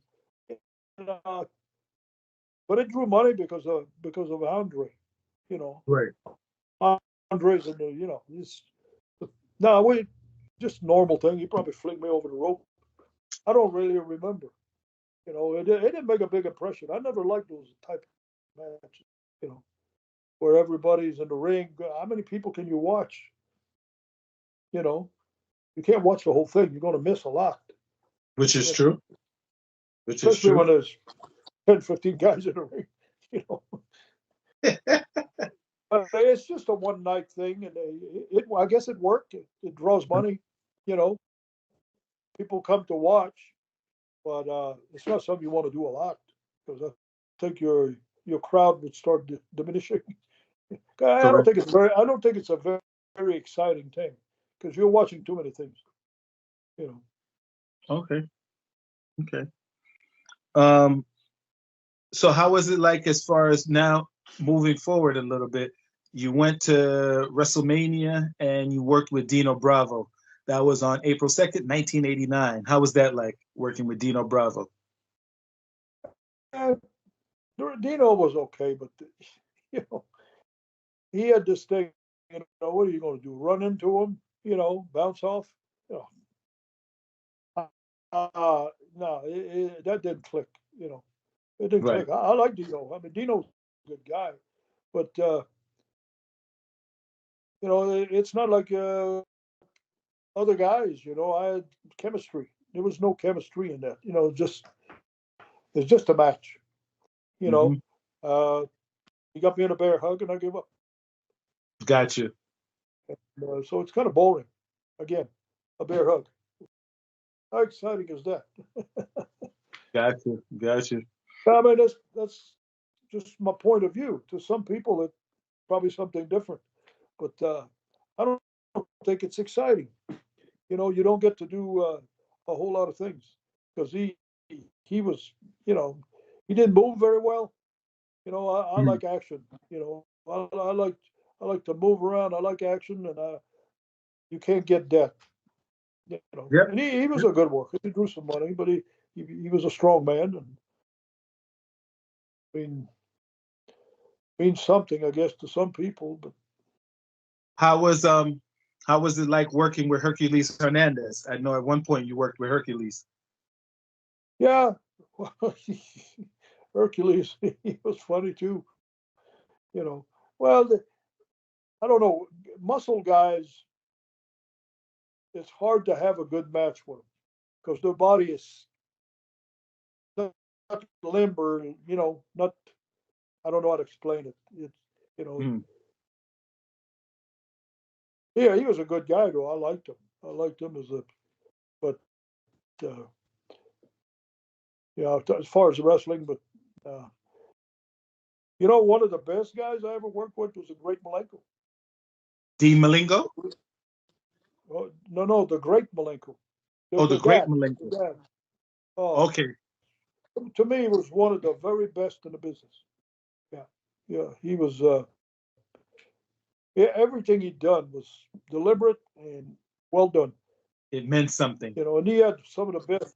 He had the best interviews, I think. Jeez, he'd close one eye, have you ever seen some of his interviews?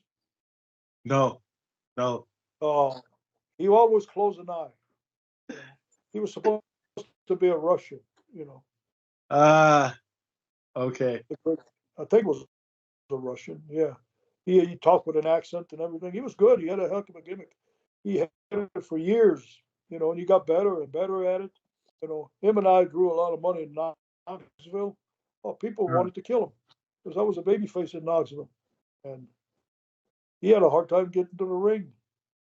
He oh had wow. heat he had heat more than anybody I ever seen in my life, and great he had a great uh, talent about just knowing what to do at the right time. You know, Uh-huh. he was a he, Oh he wow. was one of the best on my book. In my book, Oh wow. Who well, let me ask you something. What are some of the I wanted to ask you about Haku. Have you ever worked with Haku or do you have any stories yes, I about have. Haku? Yes, I have. He's a good worker. Yeah, very good. They Yeah, I said work he's with a him. legit badass. Oh yeah, oh yeah, yeah.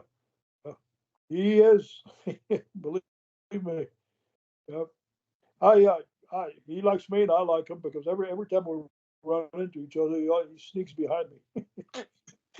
He gets a hold of me.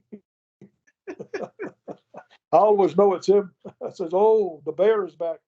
I Oh call him a boy. bear. Yeah, he's something. Yeah. Did, there was a story that you were sharing with me yesterday. You had me laughing.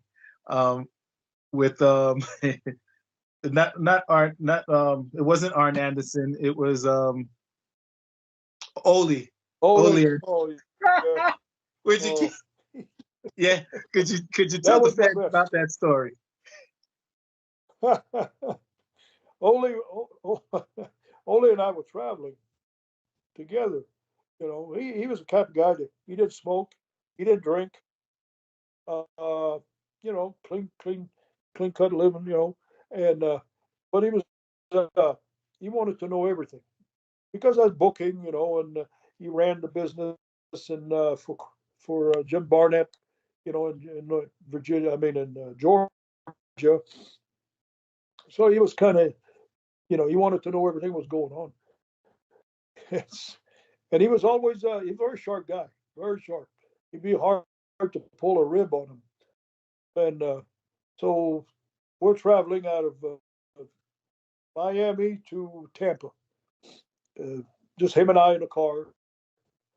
And for some reason, I was in Florida then.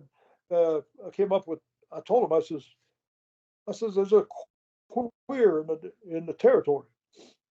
He said, really? And he looked at me, really? I said, yeah. He said, who? I said, well, I told you knew. Oh, he said, no. He said, I don't. He says, tell me. Oh, I said, no, I'm not going to tell you. I'm going to let you find out. You'll find out soon enough. I says, back then we call him queer. Know. So things have changed these days. You're gay. Okay with me. I don't care. And So I'm driving, and about every 5, 10 minutes, so and so. I said, no, he's counting all the wrestlers in the territory. Well, there might have been 30 of them, maybe. You know, I don't know. There was a lot of guys, and I said, no. I'm driving. So and so. Oh, he went through all the guys that I could think of. I kept telling him no. And I said to myself, why is he so, he's really into it. I got him hooked. Either he's working with me or, you know, and so we finally pull up at his apartment in, uh, in Tampa. He's 270 pounds, big guy, and he's got a wife and all these kids, three or four kids, and in an apartment building. And they all know who he is because he was on TV every day in Florida. You're on TV not every day, but every Saturday, you know. And so he said to me, he says, damn it, he says, you're going to tell me who it is? And I said, Ole, I says, go home, think about it, you'll figure it out. I'm telling you, you will figure it out. Well, he gets out of the car. Now we're in the middle where the apartments are. We're right in the middle, and it echoes a lot in there. And so he gets his suitcase out of the trunk of the car, and he walks up to my window, and he says, "Are you going to tell me, damn it?" I says, "Holy, think about it. He'll come to you. You'll find out." Well, F you, he says. He walks out, heading for the door of his apartment. Well, I stepped out because I got an idea that just came to my head, and I don't know how. I never had thought of it. I let him put the key in that door, man, and I holler as loud as I could. Ole, I love you. My God, he's trying to get the key in the door. He wants to get into the house. uh, I'm he sure never, he was hot he about that. he never forgot it. Every time I used to call him, and he'd say, "Yeah, yeah, yeah, I know. You're the guy that loves me." Oh man. I got him good. Let me And I ask didn't you, plan. I did. uh, Go ahead. who was some of the worst ribbers in the business? Some of the worst rivers. And I Oh, mean worse as the far as like great ribbers. Let me say it like that. Who was some of the best ribbers? Let me say it like that. That's better. oh, uh, I can't remember too much. I remember. You ever heard Anton the Ripper Leone? No. Old old timer, way back. I was around him when 1963, 64, when I went to Texas, Houston. Yeah. And then I run into him in Oklahoma a few years later. He was a hell of a ribber. He pulled all kinds of ribs on the boys. Oh, he had a reputation for that. Yeah. But yeah, I don't think they do that anymore. I don't know. There was a lot of Terry Garvin was a shit. Terry Garvin was one of the worst. Oh, he'd rip somebody all the time. Always doing something. I remember we used to be like kids, man. We'd be going on a trip, Mhm. you know, and I remember going on trips, driving, be a hitchhiker. Well, we'd stop, pick up the hitchhiker, but we kept rolling, make him walk about another quarter of a mile, especially if he had bags. If he had bags and stuff, one time this guy had a big duffel bag, big old duffel bag, and he's on the side of the road hitchhiking. So stop, stop, but not completely to a stop. So he starts get his duffel bag on his back, and he starts coming towards the car. Well, I kept rolling, kept rolling, kept rolling, kept rolling. Finally, I stopped, and Terry was in the right seat. He rolled the window down. I popped the trunk, and Terry hollered at him. He says, "Throw that duffel bag in the trunk." Well, he did. and I took off. Oh no, no.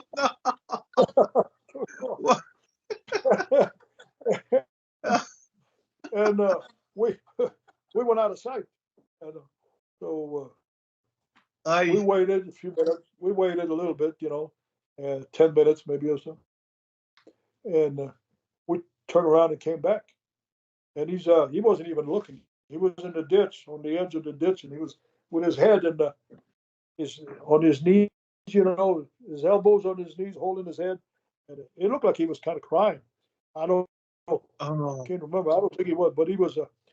And so we stopped, and he's sitting right in that ditch, about 10 feet away from us, and we're looking at him. He's not looking at us. He's looking down. He's probably. Finally, I honked the horn. He raised his up and, oh my God, oh my God. I said, get in the car. We got your stuff in the trunk. And he told us inside. He says, man, every possession I own in the world is in that duffel bag. oh He says, everything I own, he says, is in there. Anyway, we gave him a ride, and he got to laugh. And I said, we'll just pull a rib on you, man. oh man. Um Stuff like that. We did all kinds of. I even hitchhiked nighttime. I remember when I was in Charlotte, going from Charlotte to Columbia. It's very hilly. The road is like this. Hills and hills and hills, up and down. mhm, And what we would do is park the the car away where you can see it. If there was a little dirt road, something, we'd hide the car. And this is nighttime, like 11, 12 midnight, coming home, we're playing.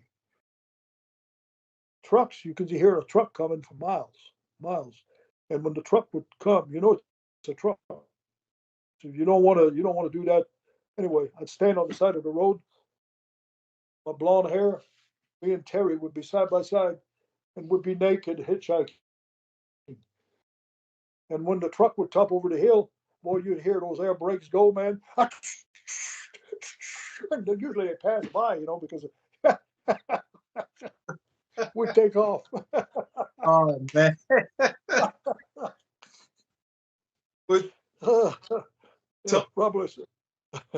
Tony had mentioned one of the ribs that you had pulled on him is that on him and other workers is that used to get behind them on the on the road and when they're Oh, driving you start pushing. oh, I've done that 100 times.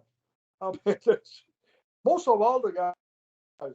I remember Tim Woods one time. We're going across the what's that big bridge in Florida?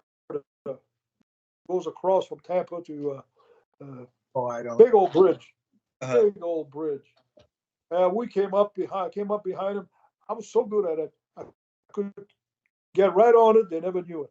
I'd ease slowly. My bumper would touch the car, and I'd start pushing. I had him going across that bridge at 90 miles an hour, and his head is like this inside. He didn't want to hit the brakes because he talked about that for a long time. Tim Woods, you remember him? Tim yeah. Woods. Yep. He was Mr. Wrestling. Yep. Wrestling #1. Yeah. Yep. Oh my. I was good at pushing cars. Well, Well, I what was always that? drove these big Buick. It was that one that you did. Another classic one. He said that when he met you one day, he went to shake your hand, and you had turd in your hand.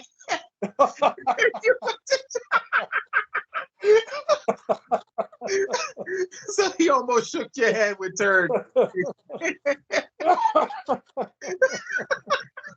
Yeah, yeah. I used to. There was a guy one time. He was always in the mirror. Always. I can't remember his name. He was a young guy. He came into territory. Uh, He wasn't around very long. Anyway, he kept looking in the mirror all the time. Comb his hair and look in the mirror. So one day I shit in my hand, and he's in the mirror like this, and I came up underneath him, and I said, "You ever see anything like that?" And he looked down and said, "Ah!"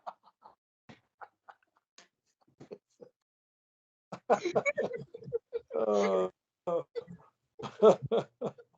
yeah, we used to do some crazy stuff. Well, well, what Johnny, was it? Johnny, They used to say that I forgot who was telling the story about you. They used to mention that you want to drive or ride the plane with Ronnie. You if and they used to say if you ride with Ron, you'll get to the city in no time. But if you drive with us in the car, it'll take us a couple hours. So I think Tony went with you. I forgot who else went with you. They said when you got on that plane, you made that plane go upside down. And they were scared. They're like, ah! They never wanted to go on that plane with you again. oh, everybody wanted to fly.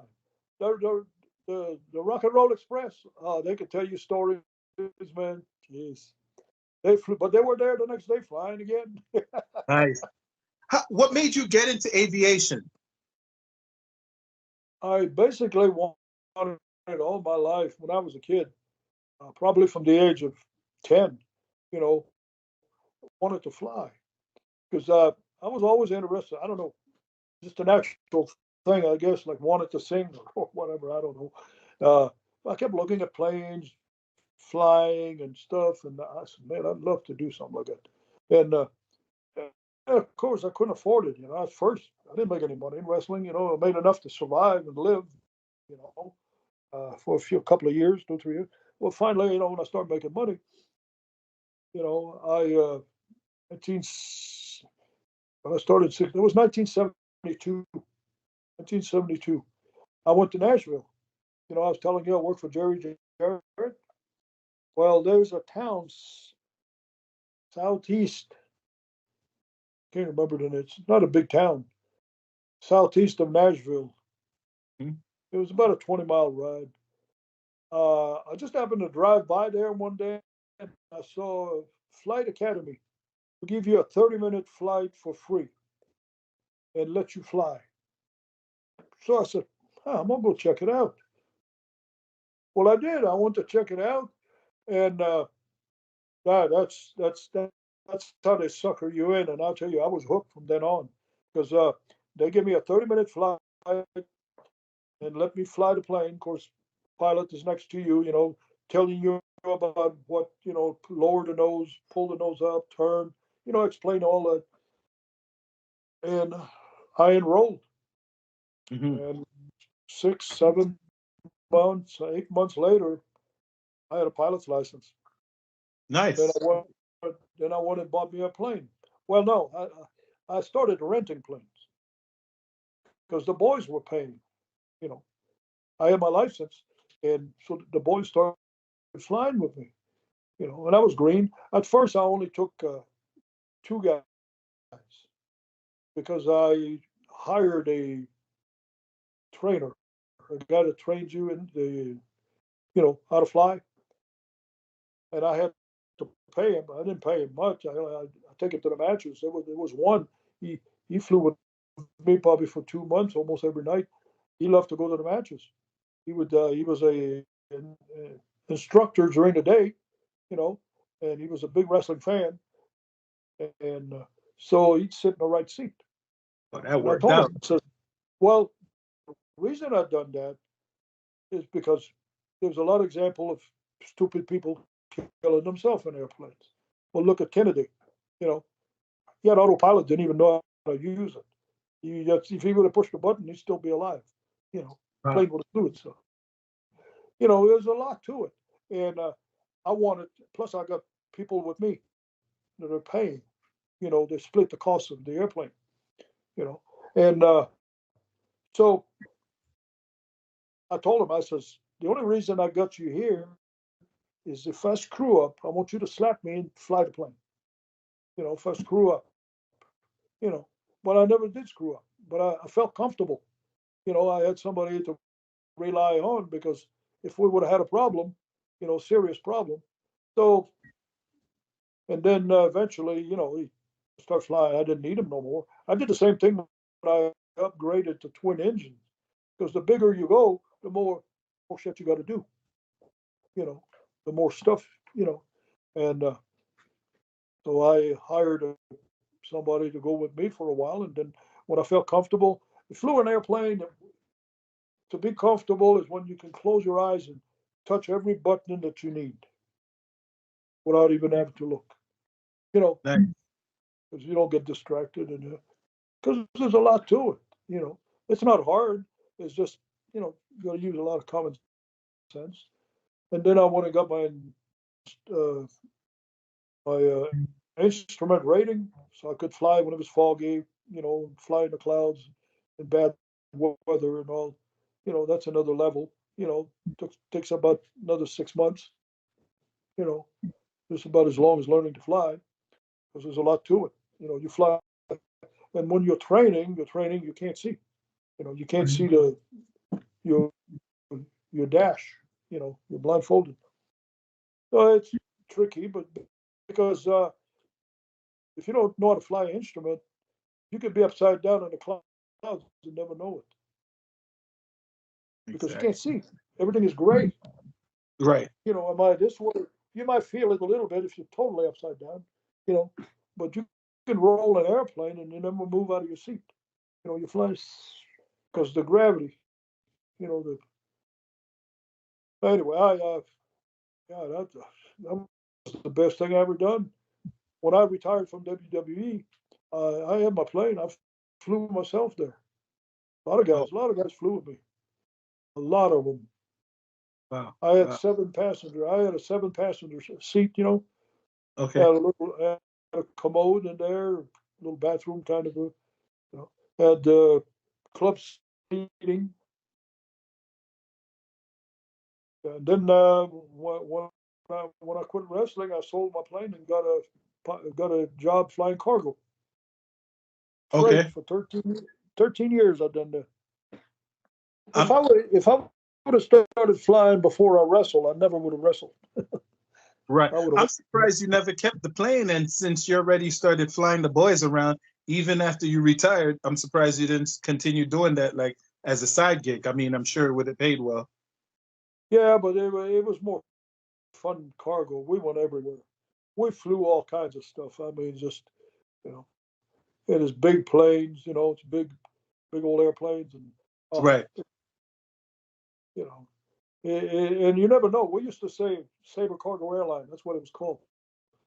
It's an adventure because when the phone rang, it was on demand. You didn't Mhm. fly passengers. You flew cargo, and it was on demand. So you never knew where you were going. A customer would call, and he had this to move to another place. Well, you didn't know what it was. You knew when you put it in the airplane. You That's know, right. sometimes you didn't either. But yeah, I went to South America. I went to one time.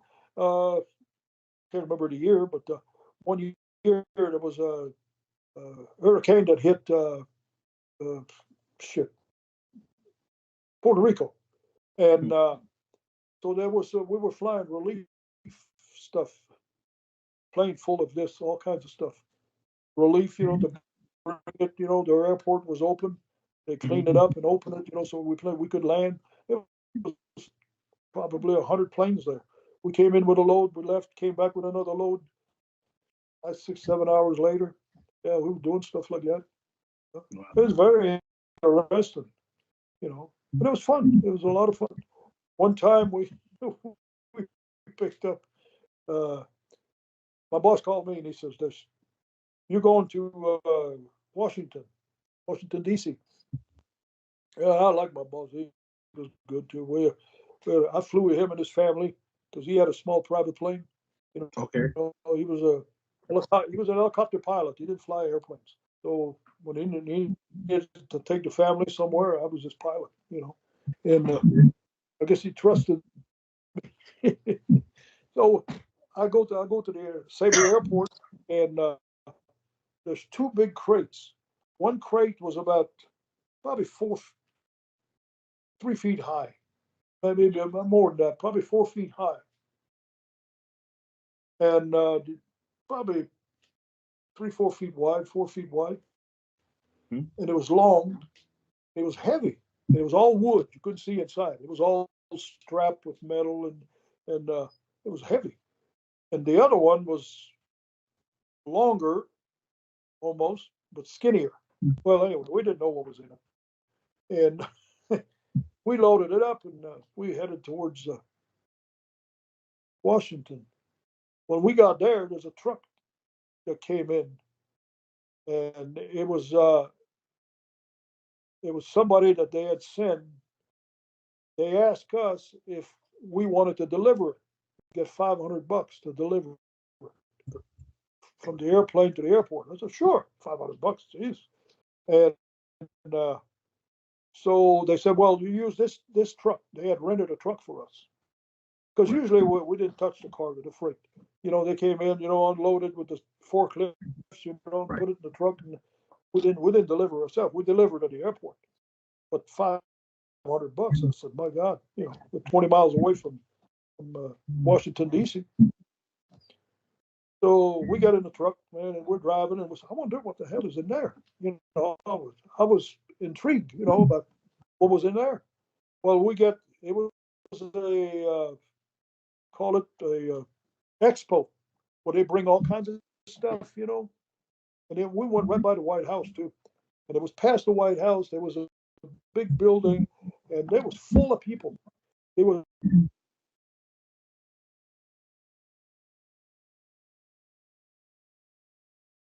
Wait, I think you froze again.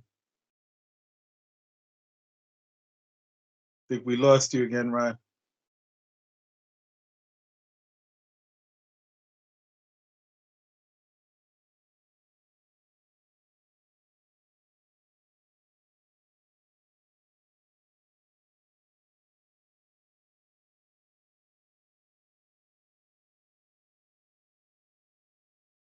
I think we lost you.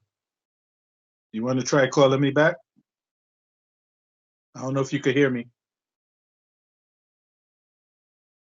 I can hear you. Okay, it's back on. All right, you're back on. Okay. All right. Okay. So, well, we deliver it, and they paid us. And I told the co-pilot, I said, man, we're not in a hurry now.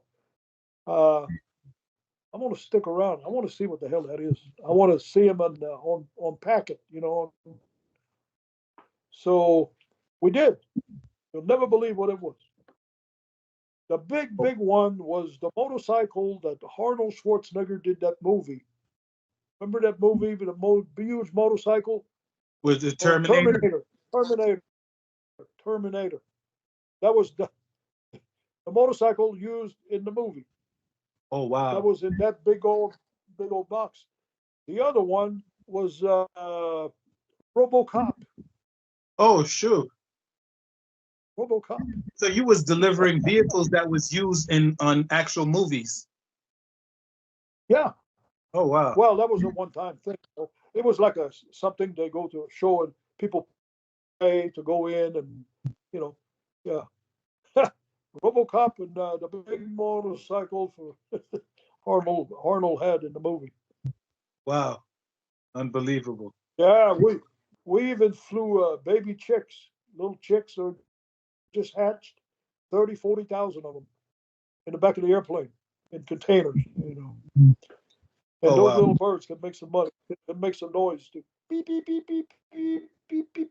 They make noise, especially when they're not comfortable. If it's too cold or too warm, Different climate. Because when they were quiet, it's because they're okay. It was in the cargo bay, and it was a little bit hard to maintain the same temperature. But yeah, we flew that. We flew all kinds. I flew relief in San Juan, Puerto Rico. I told you that. Yeah, that was a good one. Wow. It was interesting. It was plus we flew airplanes that was in World War II. Yeah, that was built in 1932. 1939, 40, 42. Mm-hmm. Yeah, it was very very interesting job. I know. Before you had going back to the WWF at that time. Before you had left, they said after you ended your feud with Valentine, they set up a feud with you and Rick Martel. You guys cut a promo with each other, but it was never televised. It was never a televised match between the two of you guys. But you wrestled a lot in house shows. So how was it like wrestling with Rick Martel? It was okay, but we didn't have no chemistry. It just, yeah, it was good. It was a decent match, but it's not his fault, and it's probably not. It's not. It's a matter of having that chemistry when if you draw money, it's clicking. It clicks. People buy it. And there's some guys that you don't have that, you'll never have it. You know, he's a good wrestler. There was nothing wrong with his wrestling. We just didn't click. Style. And stuff like that. Right. Which is understandable. Yeah. So let me ask you. So as far as with Pat Patterson, it was noted that you dated his sister. Yeah. At one point. Annette. Her name was Annette. Okay. Well, we were raised 6 blocks apart. Went to the same school. See, but when I went to the high school, Pat was gone. He was 4 years older than me, so he probably was already in Oregon. He was in the States somewhere. He was already gone, and that's when I was going out with his sister. And right. But yeah, 6 blocks away. I mean, we were all raised in Terry Garvin, Pat Chinley. You remember Chinley? Yep. Yes. Yeah. Yes, I do. Same. We was in the probably looked like the Bronx today in New York. It was a rough place. East End of Montreal. Yeah. Right. Well, my parents were not very rich, and we had a good living, but we didn't live in no castle. So let me ask you, what was your thoughts as far as with the allegations? Well, there was several allegations made as far as on Pat Patterson during the '80s and stuff. He was openly gay. He was open up. He bragged about it. Right. He didn't care. He didn't care. It never bothered me stuff like that. As long as they don't mess with me, I don't give it. People can do what they want. And how about the whole situation as far as with the ring boy with Terry Garvin and with Pat Patterson, the stuff that they got caught up in? I don't know. I never asked him. I heard that I think Terry got fired or something. Right. I don't know. I can't remember. Yeah. Well, if he did something wrong, But Terry used to rib a lot. He used to, and that's probably what happened. He might have been ribbing because I don't think he would have done that with people around. Right. But who knows? He was always ribbing. Pat Patterson was the same way. Yeah. They make comments. And they say, and all this shit.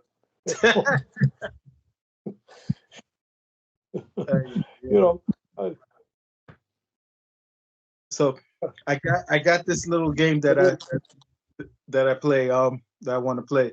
It's pretty much like a word association, and then the first thing that comes to your head, you just shoot. Worst hygiene. Oh my God, I can't remember his name, but I remember that. He was a bald-headed guy. He was right. He had a Russian gimmick. Not Zukov. Or Zukov? No. Boris Zukov. Or Zukov. Yeah, bald-headed. Yes. Yeah. Well, I wrestled him one time. And I'm telling you, he stunk so damn bad. It was his equipment. It was his tights and all his boots, and I guess he never washed. And I locked up with him, and my God, I told him. I said, man, if you ever do that again, I said, I'm turn around and left. And I did. They booked me. I even I says, listen, I don't want to be mean or shit, but I says I'm gonna go to the office and I don't want to wrestle with you. And they booked me again with him.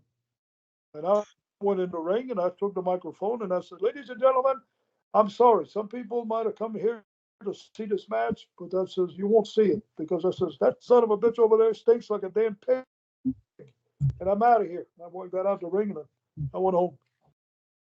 That would have been Just that would have been a heel promo that you would have cut right there. That's a heel promo.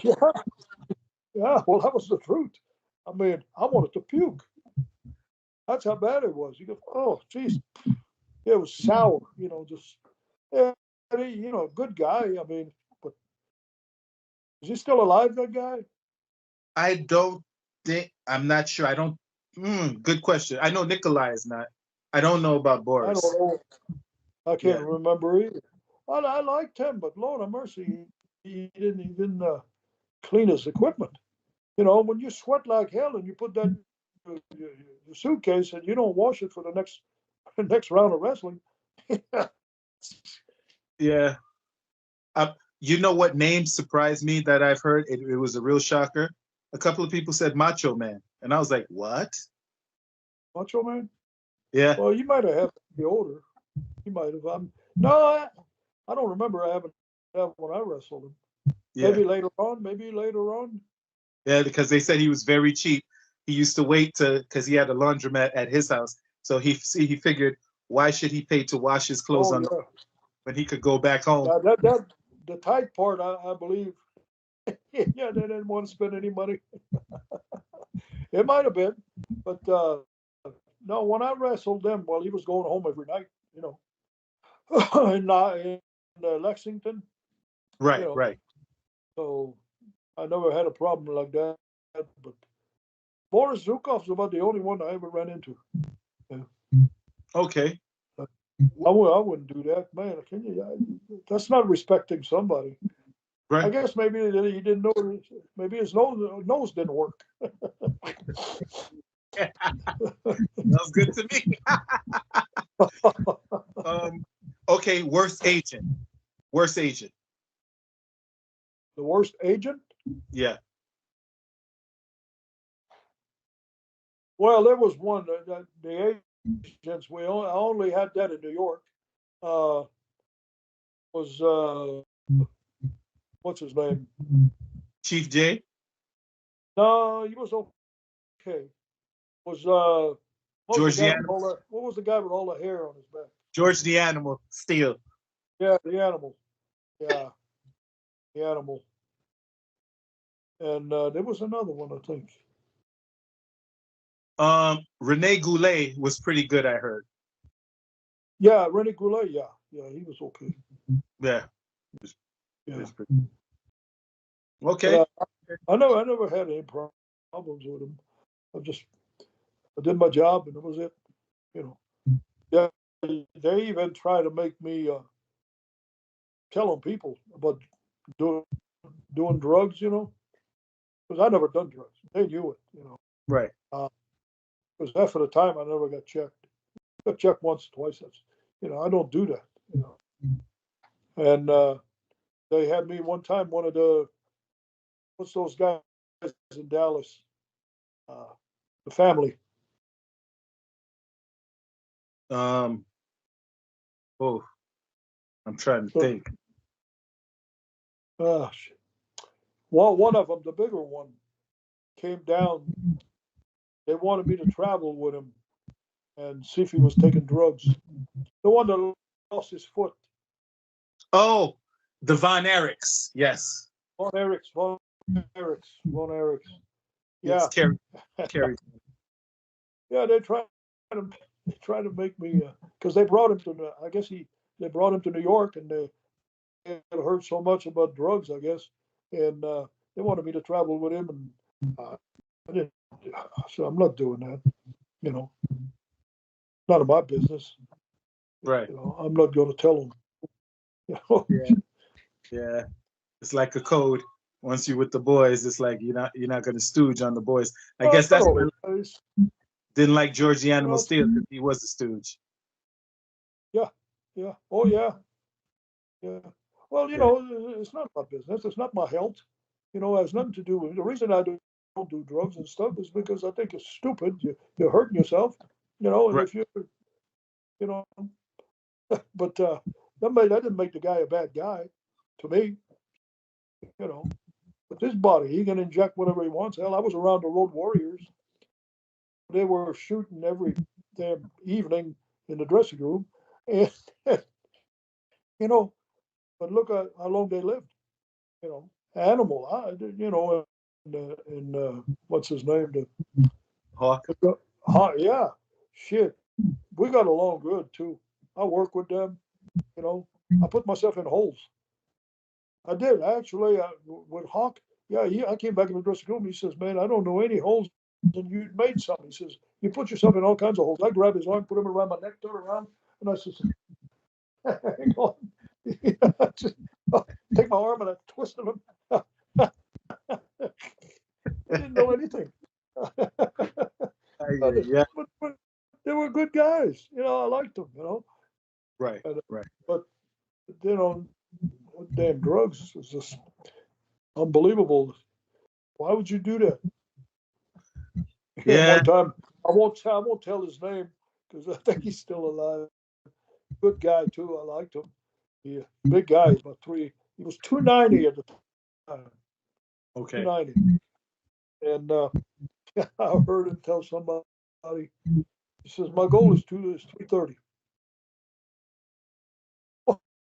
What are you going to do more at 330 than 290? You know what I mean? Wow. So I don't know if he ever reached the 300 or not, but they were working out and doing you know, they were doing stuff one time. The Road Warriors, they said that the stuff they were importing stuff from overseas, and it was Right. stuff from off cadaver, yeah, Okay. and all kinds of. There was no telling what the hell they were injecting. Makes you growing, and stuff like this. Oh wow. But they were all good guys. It's sad, when you hear that. Look at Hawk, man. He died with 43, I think. You know, 43, I think he was when he died. Yeah. Who? Well, I think I know the answer to this one, but I'm going to ask you anyway. Best worker you ever worked with? Oh, the Lord. It's not fair. There's probably 5 or 6. Oh, But okay. I know this. You know, Jake the Snake. I know I'm gonna forget somebody, but yeah, there was quite a few. I'd say minimum half a dozen or more. You that I would pretty much put on equal. You know, of going out in the ring and having a good match. Because some people didn't know how to do that. Okay. And a lot of people didn't want to sell. It was the worst thing. Those guys, and a lot of guys that never, were terrible matches. They didn't want to sell. They didn't want to cooperate. They Right. didn't want to. It takes two. It takes two to have a match. You Correct. know, and a lot of people say, "Well, the referee." No, I can have a match without a referee. You know, not to say anything bad about referees, but you don't need a referee. You can have a referee to help you sometimes, which is good, but to depend on a referee to have a match or to help you, no. Right. I had old timers. You got to make it look like a fight. That's number one when you go into the ring. You got to make these people believe that this is a real fight. You don't Correct. punch the guy stop 6 inches away and then the guy falls and stuff like that. Let me tell you something. When I touched them, I touched them. You know, they look damn real. I touched them, and there was a few guys that complained, but no, I never broke anybody's nose. You know, uh, I hit them in places, that won't hurt as much. You don't hit somebody right in the nose. You don't bust their eyes. Uh, there's no way of doing it. know, I practice how to do it, you know, and be stiff. I mean, don't be like a rag, you know. There was some guys barely, you know, and always judge people, but I meet some guys. They give you two fingers for a handshake. Phew, that's not a good worker, right there. Really? Why would you shake your hand with two fingers? Hey, get a hand, man, and shake the hand. You know, you know And what I'm saying? and I've heard, you know what's funny? I mean, And what you just said makes 100% sense. But you know what? We're so conditioned of hearing that when you shook a guy's hand like this with the two fingers, that means I'm gonna take care of you. Don't worry about it. I'm gonna take care of you. oh yeah, yeah. Well, maybe the meaning of that, but I always shake hands. I've had people do that. That's put my hand and shake my hand, you know. But I don't say anything bad about it. I'm just, to me, those guys that were, I don't know, in the ring, they were the same way. You know what I mean? You know, they didn't touch you. How you going to sell? And if you didn't touch me, I didn't sell nothing. I Which right is on the true. top of your ass. Which is true. Because you make yourself look bad. Right. Make yourself I look get bad. I definitely And get it. there was some guys that were lazy. You know. And to me, you got a guy that's built pretty darn good, been wrestling, and drop on his knees when the babyface may come back, drop on his knees and go, "What the hell? You're a fighter, man. Get your ass up there and fight." See, that's how you're going to get the people. You're not going to get the people being on your knees unless you start praying. Now you may have somebody go join you. I don't know. You But didn't man, like you didn't like the it's chicken just shit. I'm very particular, and there was some guys I didn't scold them. I didn't because I said to myself, well, I'm not going to be the teacher. You know, it was a shit match, but let it go. I don't care. I didn't like Right. to have matches like that, but hey, sometimes it happens. Because there's no effort. People are lazy. Some people are lazy sometimes, or they're out of shape. 10 minutes into the match, they can't go no more. Well, you shouldn't be in the ring. I have to tell you that, but you shouldn't be in the ring if you can't. You know, how are you going to portray yourself as a wrestler? Because people pay good money to watch. You know, and if it's not worth it, you're not giving them anything. I've been given plenty of excitement. You know, Which is true. that's all. I've had old timers in the years and years ago. Tell me, if they don't believe what you're doing, you're not going anywhere. It's a waste of time. They're sitting there watching, and they're not even saying a word. I like to get them up there standing up, and a lot of times they did. Not always, get What some were you reaction. well before one more out of the game that I was playing. Best promoters and worst promoters. Well, the best promoter. That's another one that I'm sure there was some good promoters. Jim Crockett. Jim Crockett. What was the guy in Oregon? Uh, oh, jeez. In Oregon, I can't remember his name. Talk about honest, and I mean, there was a lot of good promoters, yeah, but there was a lot of bad ones. Well, not a lot, maybe four or five in the whole country, maybe. I can't think of right off now, but I remember there was a couple of promoters. Can't remember their name either. One where he promoted Buffalo. You had to make sure you got your money after the match. Yeah, because you never see your money. Yeah, that was the first thing some of the boys told me. They said, "Now, don't leave. We'll send you the money. You got to get it tonight." That's, you're not trusted. Well, Nick Goulas was like that. Angelo Poffo was like that. He did it one time, and most of us, we all left. Horton, Root, myself. Remember when he screwed the boys? A big house and stole their money. Unbelievable. They were pissed off. I don't blame them. Wow. Nick Goulas. Yeah, that was Oh. Jack Pfeffer. You ever heard of Jack Pfeffer? No. No. Really? Look him up. Okay. Jack Pfeffer. Jack Little guy. Oh, he's dead now. He's been dead for years. Yeah, he promoted a lot in the 40s and the 50s. He'd go opposition to anybody, and he was a gimmick guy. I wrestled for him, 2 or 3 times. He was hooked up with Tony Santos in Boston. Okay. Santos would supply the talent. The Pfeffer would promote the towns. Little bitty guy. He was a Jewish, I think. Okay. He was a crook. Oh wow. And he was bad for the business too. The stuff he would do, the stunts. Yeah. Well, he's the one that wrestled when I was wrestling for Tony Santos.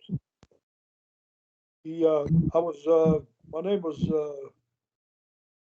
what was the name? Oh, Golden Boy Richard. Okay. He gave me the name Golden Boy Richard Santos. You know why? Why? Because I was Canadian, and Maurice Richard was a hockey player. And he was over like hell, man. He was one of the top players, and they played a lot of hockey in Montreal and Boston. So when I went there, he says, "You're Golden Boy Richard." Well, I couldn't hardly speak English. When I went to Boston, I didn't speak. I knew 10 words. They were all bad. I couldn't use them. First thing your friends teach you, your buddies, is bad words. That they laugh their ass off when you say it. Yeah. Laugh your ass. Yeah. Oh man. Okay. So we got some questions. We got quite a few questions from the fans when they heard that I was doing this interview with you. So this segment I want to call Ask Rugged Ronnie Anything You Want. Ask him the rugged question. All right. So from Jason Amos, they asked, do you know if AWA had long range plans for you prior to you departing there to go to the WWF? Did they had any long range plans?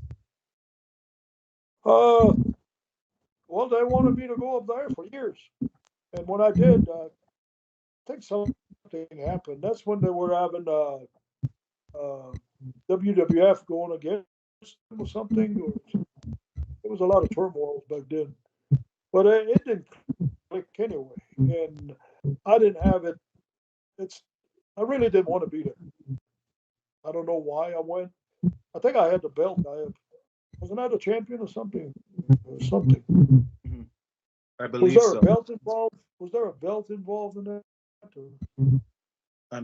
I would have to double check. Did I wrestle Gagne for the belt? I can't remember. I remember going there. It didn't last very long. Right. Okay. So that question was from Jason Amos, and now we have Raul Lopez. No, Raul Lopez. I hope I'm saying your name right. Sorry if I'm not. Raul Lopez. One of my favorites. Who's next for the Garvin Stomp?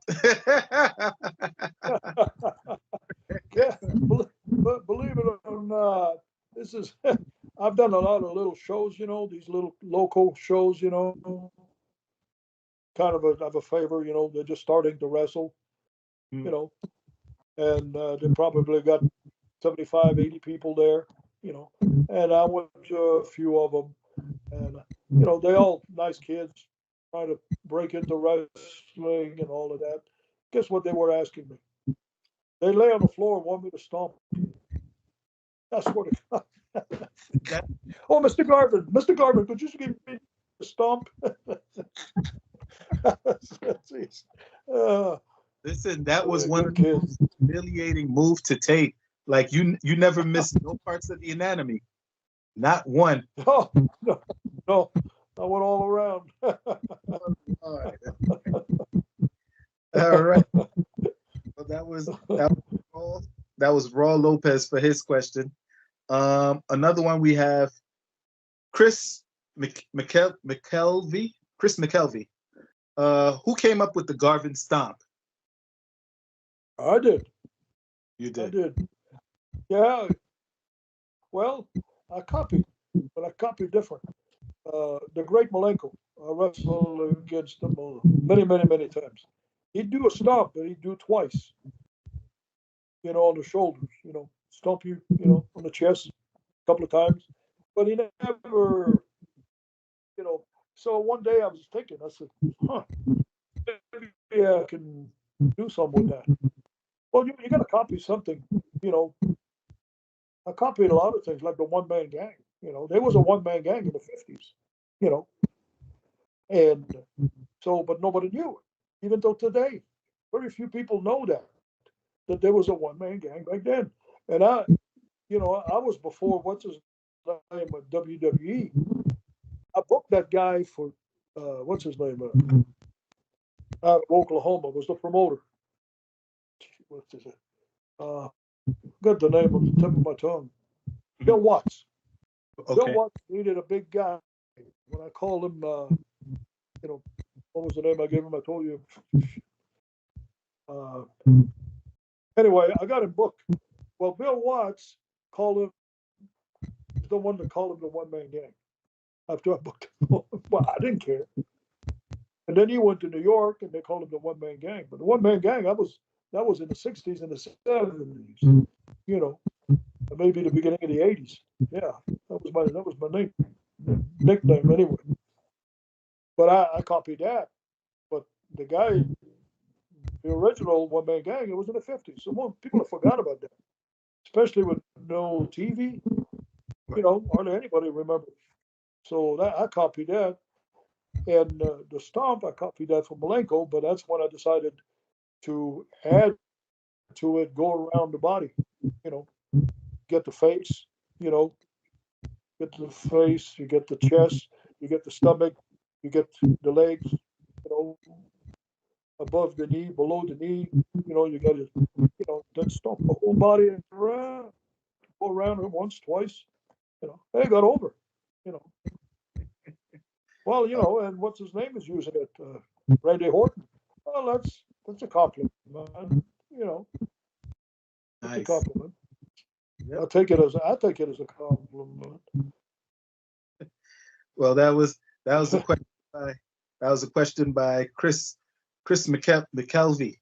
All right, and now moving on, we have Richard Fernandez. What was it like in ICW in the early days? In ICW, you mean in the one with the Puffles? Yeah, yeah. Or is that the one? I believe that's with Angelo. It was all right. It was pretty good. We had good talent. That was one thing. We had real good talent, and it should have been successful. But we had the wrong people, owning it, running it. It was just, you got to know what you're doing on top of that. But see, we failed. The thing failed really is when most of us left when this crew of people on their feet. Bob Orton, Bob Roop, myself. Right. You don't do that to another guy that's in the same business you are.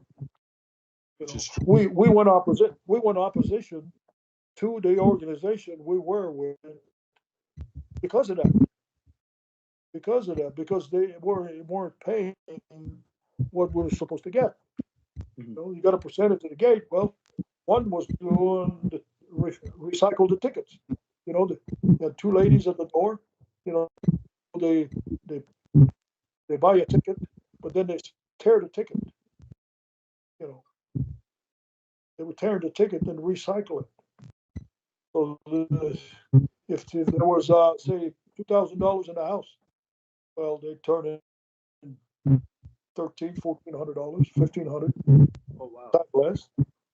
Yeah, they'd cut it almost in half. And you got a percentage of a whole lot less. And you get guys. The more you see the crowd, you built your house going up every week when the attendance would go up. I mean that's you're working for something.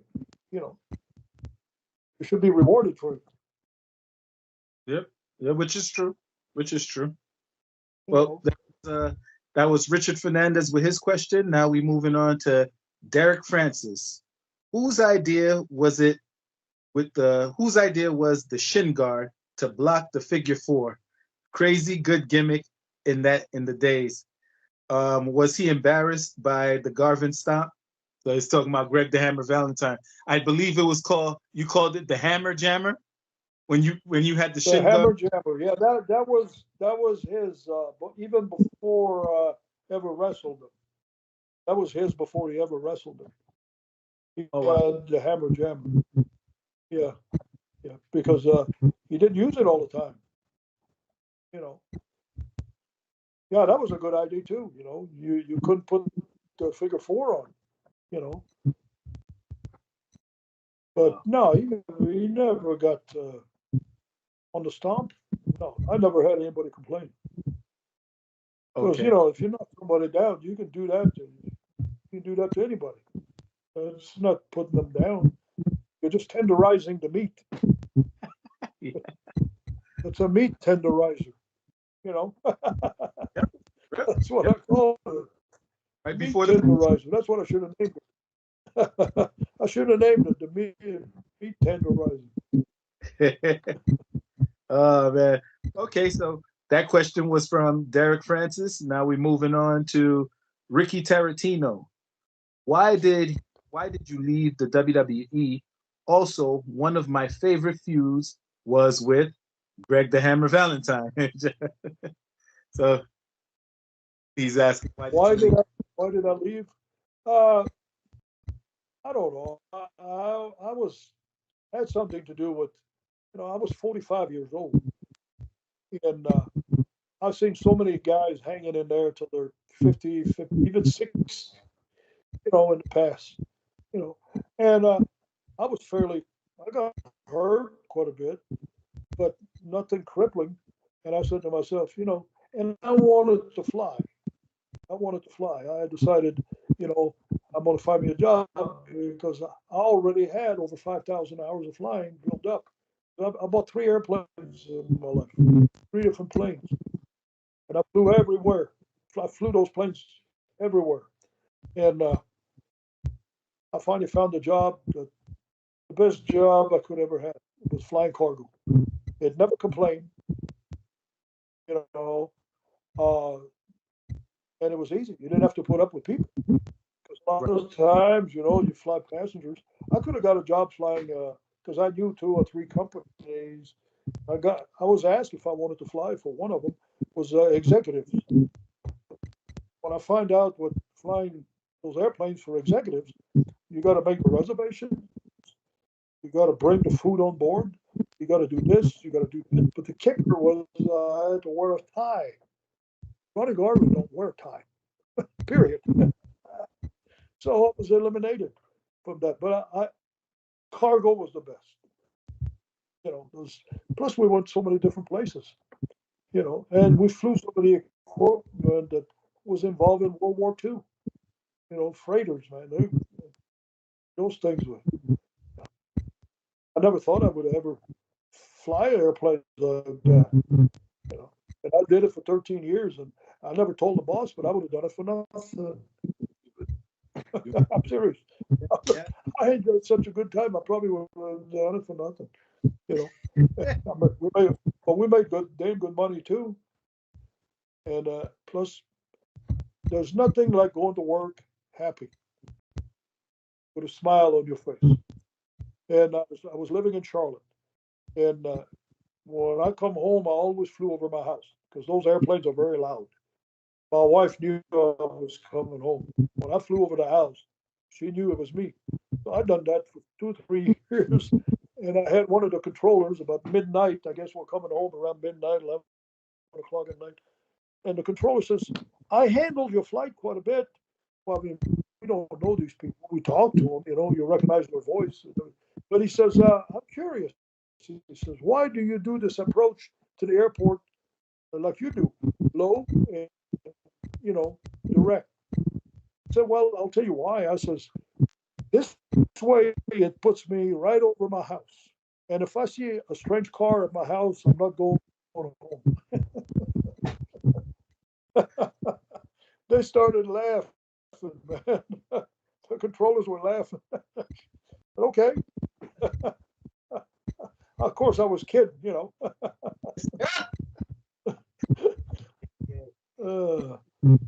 Okay. when you do something you love, it makes it so much easier. So Does it I've been so fortunate. Sometimes I pinch myself, man. I just, I had very few jobs that I didn't like. I didn't have too many jobs. Aye. Okay.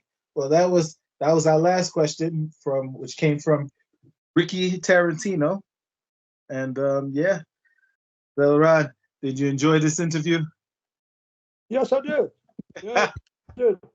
I enjoyed it. Very enjoyable. We're gonna come back and do a couple of more. I have a couple of things I don't want to let the cat out the bag, but have a couple of more things lined up for us. But All right, I'm gonna be going to Florida yeah. Saturday. I'm going to Texas, see my son for 2 or 3 weeks, and then from there I'm going to Florida.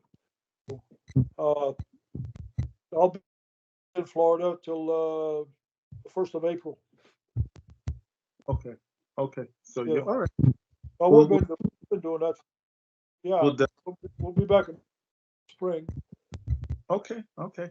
What I'm gonna do, I want you to hang on. I'm just gonna close out this episode, Yeah. but I want you to hang on real tight. I don't want you to hang up yet. So I'll just close up the Okay. video portion. So, ladies and All right. gentlemen, this has been Lorenz Dean on behalf of Don Devine Media and our special guest, the legend himself, Rugged Ronnie Garvin.